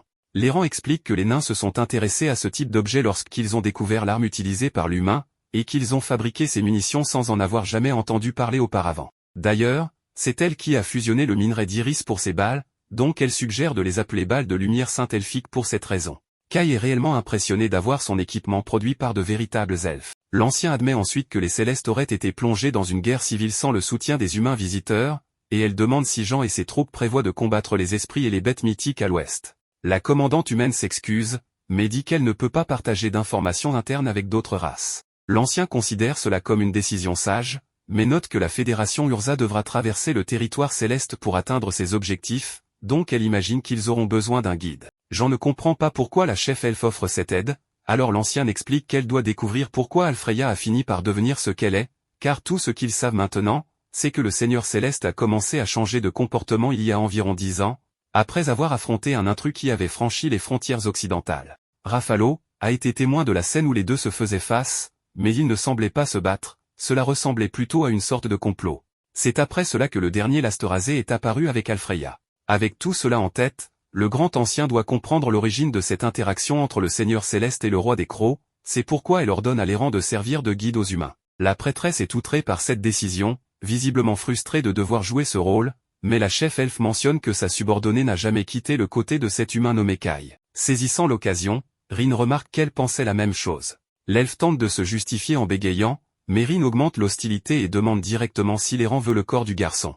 La prêtresse est offensée et demande au garçon de la défendre, mais il ne prête guère attention à la dispute et lui assure qu'il est heureux qu'elle ait été choisie pour accompagner les troupes. En entendant cela, l'elfe est profondément embarrassé et reste sur la défensive, mais l'ancien avait déjà pris sa décision et n'avait aucune intention de revenir en arrière. Après cette réunion, Jean retourne voir Zefben et lui demande d'informer l'armée Io de l'accord de trêve entre les humains et les êtres célestes. En parlant maintenant de Dante, elle exprime une profonde gratitude pour le généreux approvisionnement en provisions pour l'expédition. Cependant, Dante ignore cela et répond que la coopération entre les armées Urza et Io a échoué. Zefben observe que ce commentaire n'a pas de sens, mais le roi d'Io ajoute que vaincre le leader céleste et sceller une trêve donne l'impression que les humains ont gagné. Cependant, cela signifie aussi que les ennemis commenceront à voir les humains comme une réelle menace après la défaite des démons et des célestes. Cela pourrait amener les esprits et les bêtes mythiques à agir de manière plus hostile et prudente envers la race humaine, qui dépendra alors de la coopération entre toutes les armées rebelles pour faire face à cette menace. L'un des commandants de ces armées rebelles est Balmain,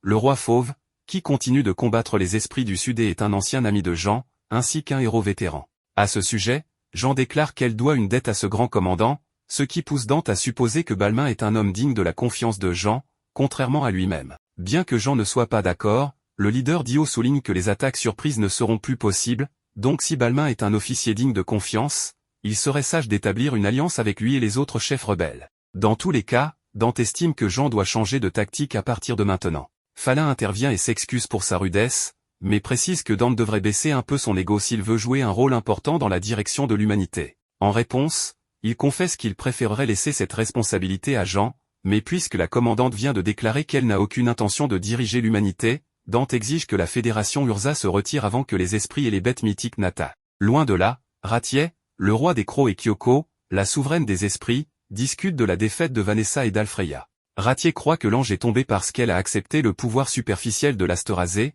et maintenant il ne reste plus que deux parmi les 4 héros. Ayant dit cela, Kyoko accuse le roi des Crocs de mentir, et il comprend que sa rivale saisit la situation parce qu'elle est sage, tout comme elle doit comprendre que la race des esprits disparaîtra du monde d'ici la fin de la journée. Les héroïnes Ratier et Kyoko engagent un combat direct. Ratier, profitant de son agilité, parvient à l'atteindre à plusieurs reprises, mais Kyoko réagit en utilisant la compétence miroir universelle. Cette capacité lui permet d'envelopper Ratier dans une bulle d'eau, d'où émerge un bras géant qui la frappe à travers toute la forêt, lui infligeant des dégâts considérables. Après l'avoir projeté au sol et formé un cratère, Kyoko est prise par surprise, il s'avère que Ratier est en train d'utiliser un Lasterasé, suggérant qu'elle profite du pouvoir de cette mystérieuse entité. En voyant qu'elle commence lentement à disparaître, Kyoko se disperse dans toutes les directions pour s'échapper. Pendant ce temps, Jean et les autres poursuivent leur voyage, où l'errant ne cesse de leur raconter des anecdotes sur la route qu'ils empruntent. Rin, quant à elle, montre son mécontentement, cherchant à comprendre pourquoi l'errant est assise à côté de Kai. L'errant se défend en expliquant qu'elle doit guider le groupe sur le chemin,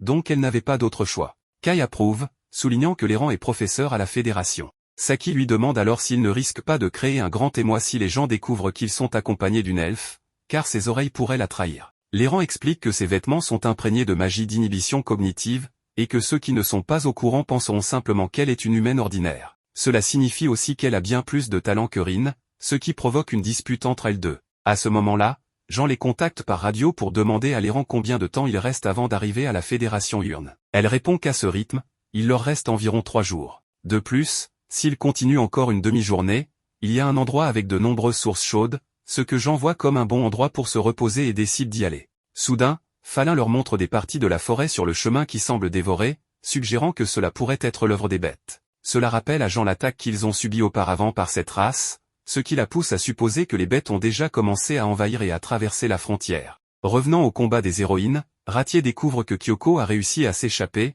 n'emportant avec elle que son noyau. Ratier en déduit qu'elle se dirige vers une certaine direction, ce qui lui semble étrange, car même en tant qu'héroïne, elle n'aurait pas dû le percevoir. Enfin, Elle se demande quel chemin prendront ceux qui ont touché le code interdit pour atteindre le centre du monde. Alors que la nuit tombe, tout le groupe de Jin s'installe à l'endroit indiqué par l'errant, où Kai peut profiter des sources chaudes avec Aslan. Là, il commente que ses os sont chauffés sous terre et, selon la légende, elles guérissent les blessures. On peut voir que Falin et Saki en profitent également dans un autre endroit proche. Une fois que Kai a fini de se détendre, il se demande comment vont les trois autres, puisqu'il est le garde du corps de Jean, mais il ne peut pas les surveiller pendant qu'il se baigne. En étant avec elle, l'errant dit à Jean que ses blessures vont bientôt guérir, et elle la remercie d'avoir utilisé sa magie pour accélérer ce processus. Après cela, l'errant tourne son regard vers Rin, se montrant quelque peu surprise par la rapidité de sa guérison, en commentant que c'est un véritable mystère. Mais lorsque l'errant fixe son regard sur la poitrine de Rin, elle mentionne que c'est une obscénité, ce qui énerve Rin. Poursuivant,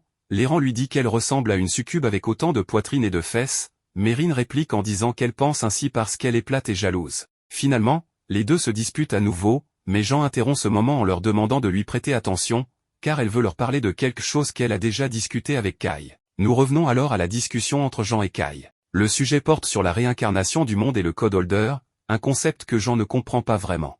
Kai est d'accord, notant que cela demande trop d'efforts, en plus d'utiliser l'objet des elfes et de sacrifier sa magie vitale. Bien qu'elle en soit consciente, elle précise qu'elle n'a pas l'intention de changer d'avis et qu'elle se moque de ce que les autres disent. Kai le sait bien, se souvenant de son entêtement. Ensuite, Jean lui dit que peu importe ses origines ou la véracité de son histoire, l'important est que cela leur profite. Après l'avoir entendu, Kai accepte sans problème, surtout venant du commandant des rebelles. Jean mentionne également qu'ils doivent penser à ce monstre, le Lasterasé, qui a blessé mortellement Alfreya et est apparu dans son combat contre Vanessa. Bien que Kai précise que même dans son monde, ils ne savent rien de cet être, et d'après ce qu'elle a observé, elle pense que ce monstre surveille les héros, et que ce qui le pousse à attaquer est probablement Sid, un héros humain qui n'existe pas dans ce monde. Elle se demande quelle relation ce monstre peut avoir avec les héros restants, mais Kai n'en a aucune idée, se demandant s'il pourrait être un serviteur, un ennemi ou quelque chose d'autre. J'en conclus en disant que tout ce qu'ils peuvent faire, c'est se battre pour mettre fin à la guerre, et Kai est d'accord avec cette réalité. Revenant au présent, l'errant dit qu'ils ne savent presque rien sur le Lasterasé. Jean les informe qu'à partir de maintenant, lorsqu'ils affrontent un héros, ils doivent aussi se méfier du Lasterasé. Rin avoue qu'elle a peur, sans trop savoir pourquoi, mais quand elle regarde cet être, ses jambes flanchent. La peur la paralyse et l'empêche de bouger. En l'entendant et en la voyant ainsi, Jean s'approche pour poser ses mains sur ses épaules. Cependant, en la voyant surprise, elle s'excuse, car elle ne voulait pas l'effrayer. À cet instant, un fort tremblement interrompt le moment, et Jean se demande ce que c'était. En quelques secondes, toute l'armée rebelle se met en position défensive, car il s'agit de l'attaque d'une bête mythologique. Un grand groupe commence à tirer sur cet ennemi, mais les balles n'ont aucun effet sur sa peau dure. Kai, déjà armé, arrive sur les lieux et observe qu'il s'agit d'une créature de la race des bêtes mythologiques, et qu'en plus, c'est un behemoth. Elle court rapidement vers ce monstre pour lui planter son épée, combinant ce mouvement avec une pression sur la gâchette pour lui infliger l'impact direct de son fusil. Falin arrive quelques minutes plus tard, armé, et indique à Kai de la suivre pour attaquer en équipe. Les deux profitent de leur grande agilité, supérieure à celle de cette bête géante dotée d'une force brute. Cependant, leurs attaques ne sont pas très efficaces en raison de la dureté de la créature. Kai parvient à éviter un de ses coups grâce à l'avertissement de Falin, qui lance alors une grenade aveuglante directement au visage de la bête, ordonnant à tout le monde de se retirer pendant qu'elle court dans la direction opposée. Kai se demande alors si cette créature est plus puissante que les autres bêtes mythologiques qu'elle connaît, car la balle modifiée n'a eu aucun effet. D'un autre côté, Jean commence à donner des ordres à tous les groupes pour qu'ils s'organisent face à cette attaque surprise. Ces hommes commencent à se retirer en véhicule, tandis que Falin et Kai restent avec elle pour lui signaler qu'il s'agit d'une bête mythologique, probablement celle qui a laissé les marques qu'ils avaient vues. L'errant ne s'y attendait pas, car il se trouve toujours en territoire céleste, et Jean suppose que la bête est venue reconnaître le terrain. Kai lui explique qu'un canon automatique ne sera pas efficace contre une telle créature. Pour une bête de cette taille, il faut utiliser quelque chose de plus puissant. Cependant, Falin mentionne qu'ils n'ont pas cet équipement, car ils ne s'attendaient pas à combattre une bête. N'ayant pas d'autre option, elle propose de gagner du temps et suggère que Jean se retire avec le reste des soldats. Jean demande alors comment ils vont vaincre cette créature, car s'ils doivent affronter des esprits et des bêtes mythologiques, ils ne peuvent pas se laisser submerger par un ennemi comme celui-ci. Kai acquiesce et leur indique de viser l'avant pour détériorer son organe magique de blocage, son point le plus sensible. Bien qu'il le savait déjà, le problème reste de savoir comment l'attaquer. Jean demande à l'errant s'ils sont bien en territoire céleste. Comprenant que c'est le cas, elle élabore un plan. Avec ce plan en place, Falin et quelques soldats contournent la bête pour attirer son attention. En lui tirant dessus, il se concentre sur la fixation de son point faible. Falin distrait alors la bête en l'attaquant de front, et Kai profite d'une ouverture parfaite pour lancer une bombe, une sorte de brouillard de spore de champignons, qui rend la bête incapable de voir ou de sentir pendant un certain temps. Rin en profite pour charger une attaque puissante contre elle, réussissant à l'affaiblir. Kai se jette ensuite sur elle pour lui tirer dessus à nouveau avec son arme. La bête devient folle de douleur et, dans l'un de ses mouvements, lance une attaque avec ses griffes en direction de Rin. Kai se précipite alors pour la pousser hors de danger, mais reçoit l'attaque à sa place. Quant à la bête, l'errant observe que le plan de Jean a fonctionné, car la créature est tombée parfaitement dans le piège elfique qui se trouvait là, l'objectif depuis le début. Jean se distrait en remarquant que quelque chose ne va pas et, en voyant Kai blessé, elle n'hésite pas à courir vers lui. Rin, en larmes, lui demande pourquoi il a fait ça. Tout en tenant sa blessure à l'épaule, Kai lui répond que même si l'organe de la bête s'était détérioré, il n'était pas encore complètement atrophié, et elle a probablement détecté ses pouvoirs magiques. Elle lui dit qu'elle ne supporte pas de voir de telles blessures, car elle déteste le voir souffrir ainsi. De son côté, Kai, après avoir vérifié qu'elle n'était pas blessée, se réjouit qu'elle soit en sécurité. Quelques secondes plus tard, l'errant arrive pour l'aider à arrêter l'hémorragie, et ils parviennent à soigner sa blessure. Plus tard, alors que tout le monde se repose, Kai, endormi, entend une voix dans sa tête lui demandant de se réveiller, lui disant que le destin l'appelle, que le monde l'a abandonné et qu'il a touché le code interdit. Dans ce rêve, il voit aussi un étrange bâtiment. Peu après, il se réveille, tout comme les autres. Jean se demande si c'était un rêve, tandis que Kai mentionne qu'il a déjà entendu cette voix auparavant. Le lendemain, Aslan informe Saki que l'heure de départ a été modifiée, et qu'on leur a dit d'attendre un moment, bien qu'ils n'en connaissent pas la raison. Avec cela en tête, Saki se demande s'ils auront le temps de prendre un autre bain dans la source chaude. Pendant ce temps, l'errant les guide vers l'endroit qu'ils lui ont demandé, et elle leur dit qu'elle se fiche de les y conduire jusqu'à ce bâtiment. Mais il leur précise que ce lieu n'a rien de spécial, juste un tas de statues. Il y est déjà entré, car il a toujours pensé que les humains font beaucoup de bêtises. Il suppose que ce sont les humains qui l'ont construit, car les célestes ne l'auraient pas fait. En y réfléchissant, Kai mentionne qu'il s'agit d'un mégalithe, des ruines spirituelles non analysées. C'est un bâtiment dont personne ne sait ni quand ni par qui il a été construit, et dans son monde, il y en avait déjà plusieurs de ce genre. De plus, Rin en connaît déjà un, faisant référence au cimetière. Dans l'histoire réelle du monde, c'était un bâtiment créé pour sceller les 4 races. Et dans ce monde, il abritait le Code Holder. Après avoir parcouru un bon moment ce chemin à travers la forêt, ils arrivent finalement au bâtiment. Soudain, cette voix réapparaît et les invite à entrer, leur demandant de quoi ils ont peur. Ils ont enfin trouvé le centre du monde, ils sont les élus du destin, acceptant de les accueillir pour leur visite. Après avoir entendu cette voix, l'errant semble confuse de voir tout le monde s'arrêter soudainement. Kai remarque immédiatement qu'elle était la seule à ne pas l'avoir entendue. Il lui demande de monter la garde un moment pendant qu'ils explorent l'intérieur, la laissant derrière sans un mot alors qu'elle essaie de leur dire qu'il n'y a rien de suspect à l'intérieur. Lorsque Kai, Rin et Jean entrent dans le mégalithe, ils mentionnent que l'endroit ressemble au cimetière. Rin dit qu'elle peut sentir un pouvoir puissant, semblable à de la magie, mais ce n'est pas un pouvoir comme le sien. Après avoir marché un moment, ils arrivent dans une grande salle avec une seule statue de pierre, celle dont Rin avait parlé. Jean se demande s'il s'agit d'un temple ancien, et Kai ne le sait pas, mais il lui dit qu'il a déjà vu cette statue quelque part. La voix parle soudainement à nouveau, et elle provient directement de la statue de pierre. Elle leur dit qu'il n'y a pas besoin d'avoir peur, car comme ils peuvent le voir, elle est actuellement impuissante. La voix se présente comme une existence du monde où la grande guerre des 5 races a pris fin. Elle dit qu'elle attendait ce moment, la visite de celle qui est éligible pour prendre la place de Sid dans ce nouveau monde. Kai est surpris d'entendre ce nom et demande rapidement des informations sur Sid. La voix dit qu'elle le connaît très bien, même mieux que lui, et elle lui demande de regarder de plus près pour comprendre. Kai se souvient alors de sa conversation avec Saki à propos de la prophétie et demande s'il s'agit du dieu prophétique. La voix le confirme, se présentant enfin comme Azura Soraka, un dieu priant qui peut voir l'avenir. Jean est clairement confuse, alors Kai explique que, comme il le lui a dit auparavant, le prophète Sid était celui qui avait vaincu les 4 héros et mis fin à la grande guerre des 5 races. Sid était celui qui avait reçu la prophétie, c'est pourquoi on l'appelait prophète, et celui qui avait donné à Sid la prophétie et l'épée brillante était le dieu prophétique Azura Soraka. Jean est incrédule, tout comme Kai. Après tout, il savait qu'un humain nommé Sid avait supposément existé, mais il pensait que la légende du dieu prophétique était un conte de fées.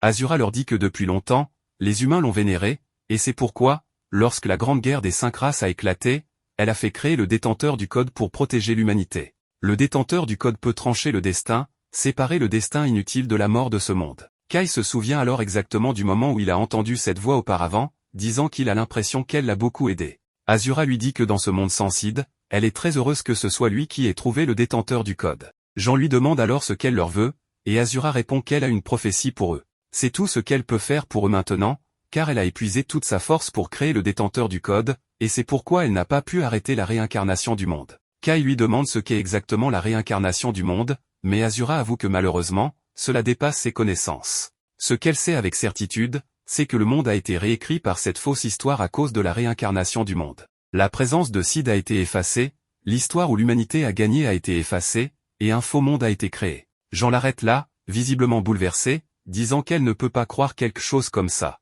Après tout, les humains se battent dans ce monde depuis des décennies, et ce qu'elle dit, c'est que tout cela est faux, que tous leurs efforts et sacrifices sont faux. Asura lui dit que c'est en fait le contraire, expliquant qu'à cause de la réincarnation du monde, le destin du monde a été inversé, mais que cette inversion est incomplète. Si le monde avait été complètement inversé, ce serait un monde où les humains seraient éteints, mais les humains dans ce monde n'ont pas été anéantis, tout cela grâce à leurs efforts. En fait, ils sont en train de renverser la situation. Elle explique que dans ce faux monde, leurs efforts sont la vérité, et entendre cela apaise Jean. Asura lui dit alors qu'elle a une mission pour elle, l'informant qu'elle doit corriger ce monde. Elle appelle Jean prophète, lui disant qu'elle doit prendre la place de Sid et devenir l'héroïne de l'humanité dans ce monde. Jean demande pourquoi ce doit être elle. Asura explique qu'elle a veillé sur ce monde. Les humains ont été opprimés par les 4 races puissantes. Parmi eux, seuls quelques-uns étaient qualifiés pour remplacer Sid et se voir confier le destin du monde. Jean en faisait partie. Bien sûr, Kai, qui a vaincu le héros des démons, en fait également partie. Cependant, son seul facteur de qualification est sa force.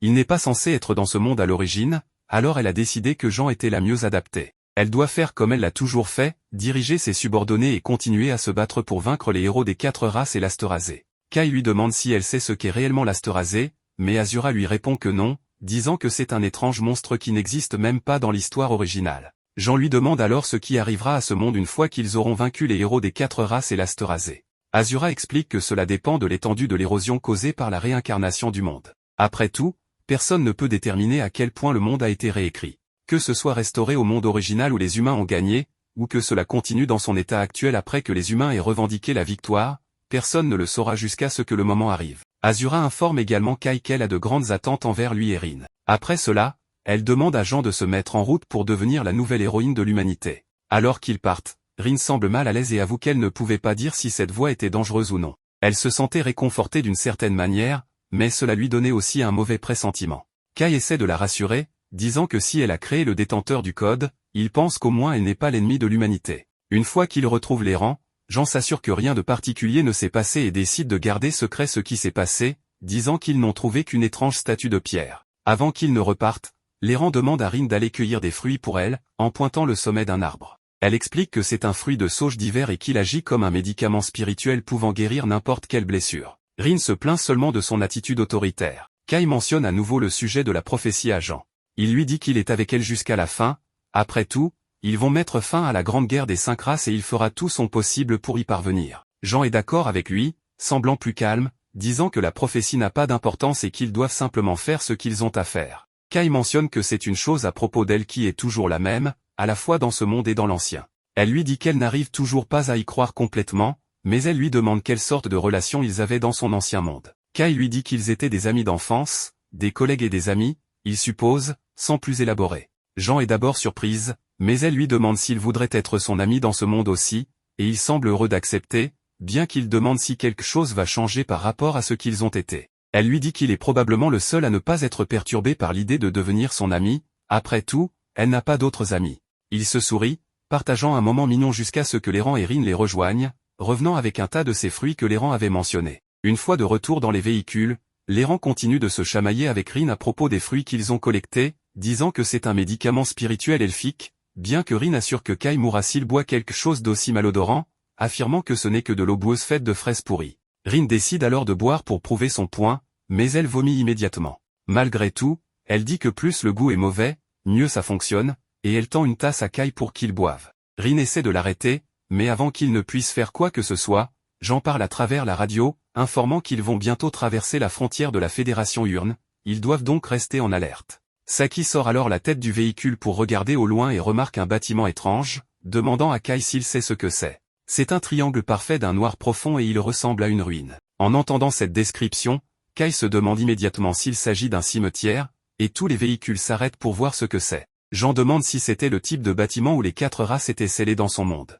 Il confirme, disant que puisqu'il s'agit de la Fédération Urne, ce serait un cimetière où la race des esprits était scellée. Rin informe soudainement qu'ils sont encerclés, et juste après, des gouttes d'eau tombent du ciel. Jean ordonne à tout le monde de se préparer immédiatement. Tout le monde commence à tirer sur les masses d'eau, mais les balles n'ont aucun effet sur l'ennemi, alors elle leur ordonne de se replier dans les véhicules. Falin essaie d'utiliser sa magie de feu pour attaquer avec ses épées, mais cela ne fonctionne pas du tout. Kai essaie aussi de tirer une de ses balles spéciales et explique que la race des esprits est composée de protistes avec des organes magiques, donc la seule façon de détruire leurs corps amorphes est de les brûler. Juste après avoir dit cela, une autre armée apparaît, attaquant uniquement avec des armes de feu jusqu'à ce que toute l'eau se réunisse en un seul endroit. Leur commandant la détruit alors complètement d'un seul mouvement rapide de son arme et demande à l'armée rebelle d'Urza s'ils vont bien. Falin sourit, reconnaissant le commandant de l'armée Urne, Balmain, et il la salue de manière amicale, heureux de voir également la chevalière de la lumière sacrée, Jean. Jean lui retourne le salut, disant qu'ils apprécient qu'il les ait sauvés de leur situation difficile.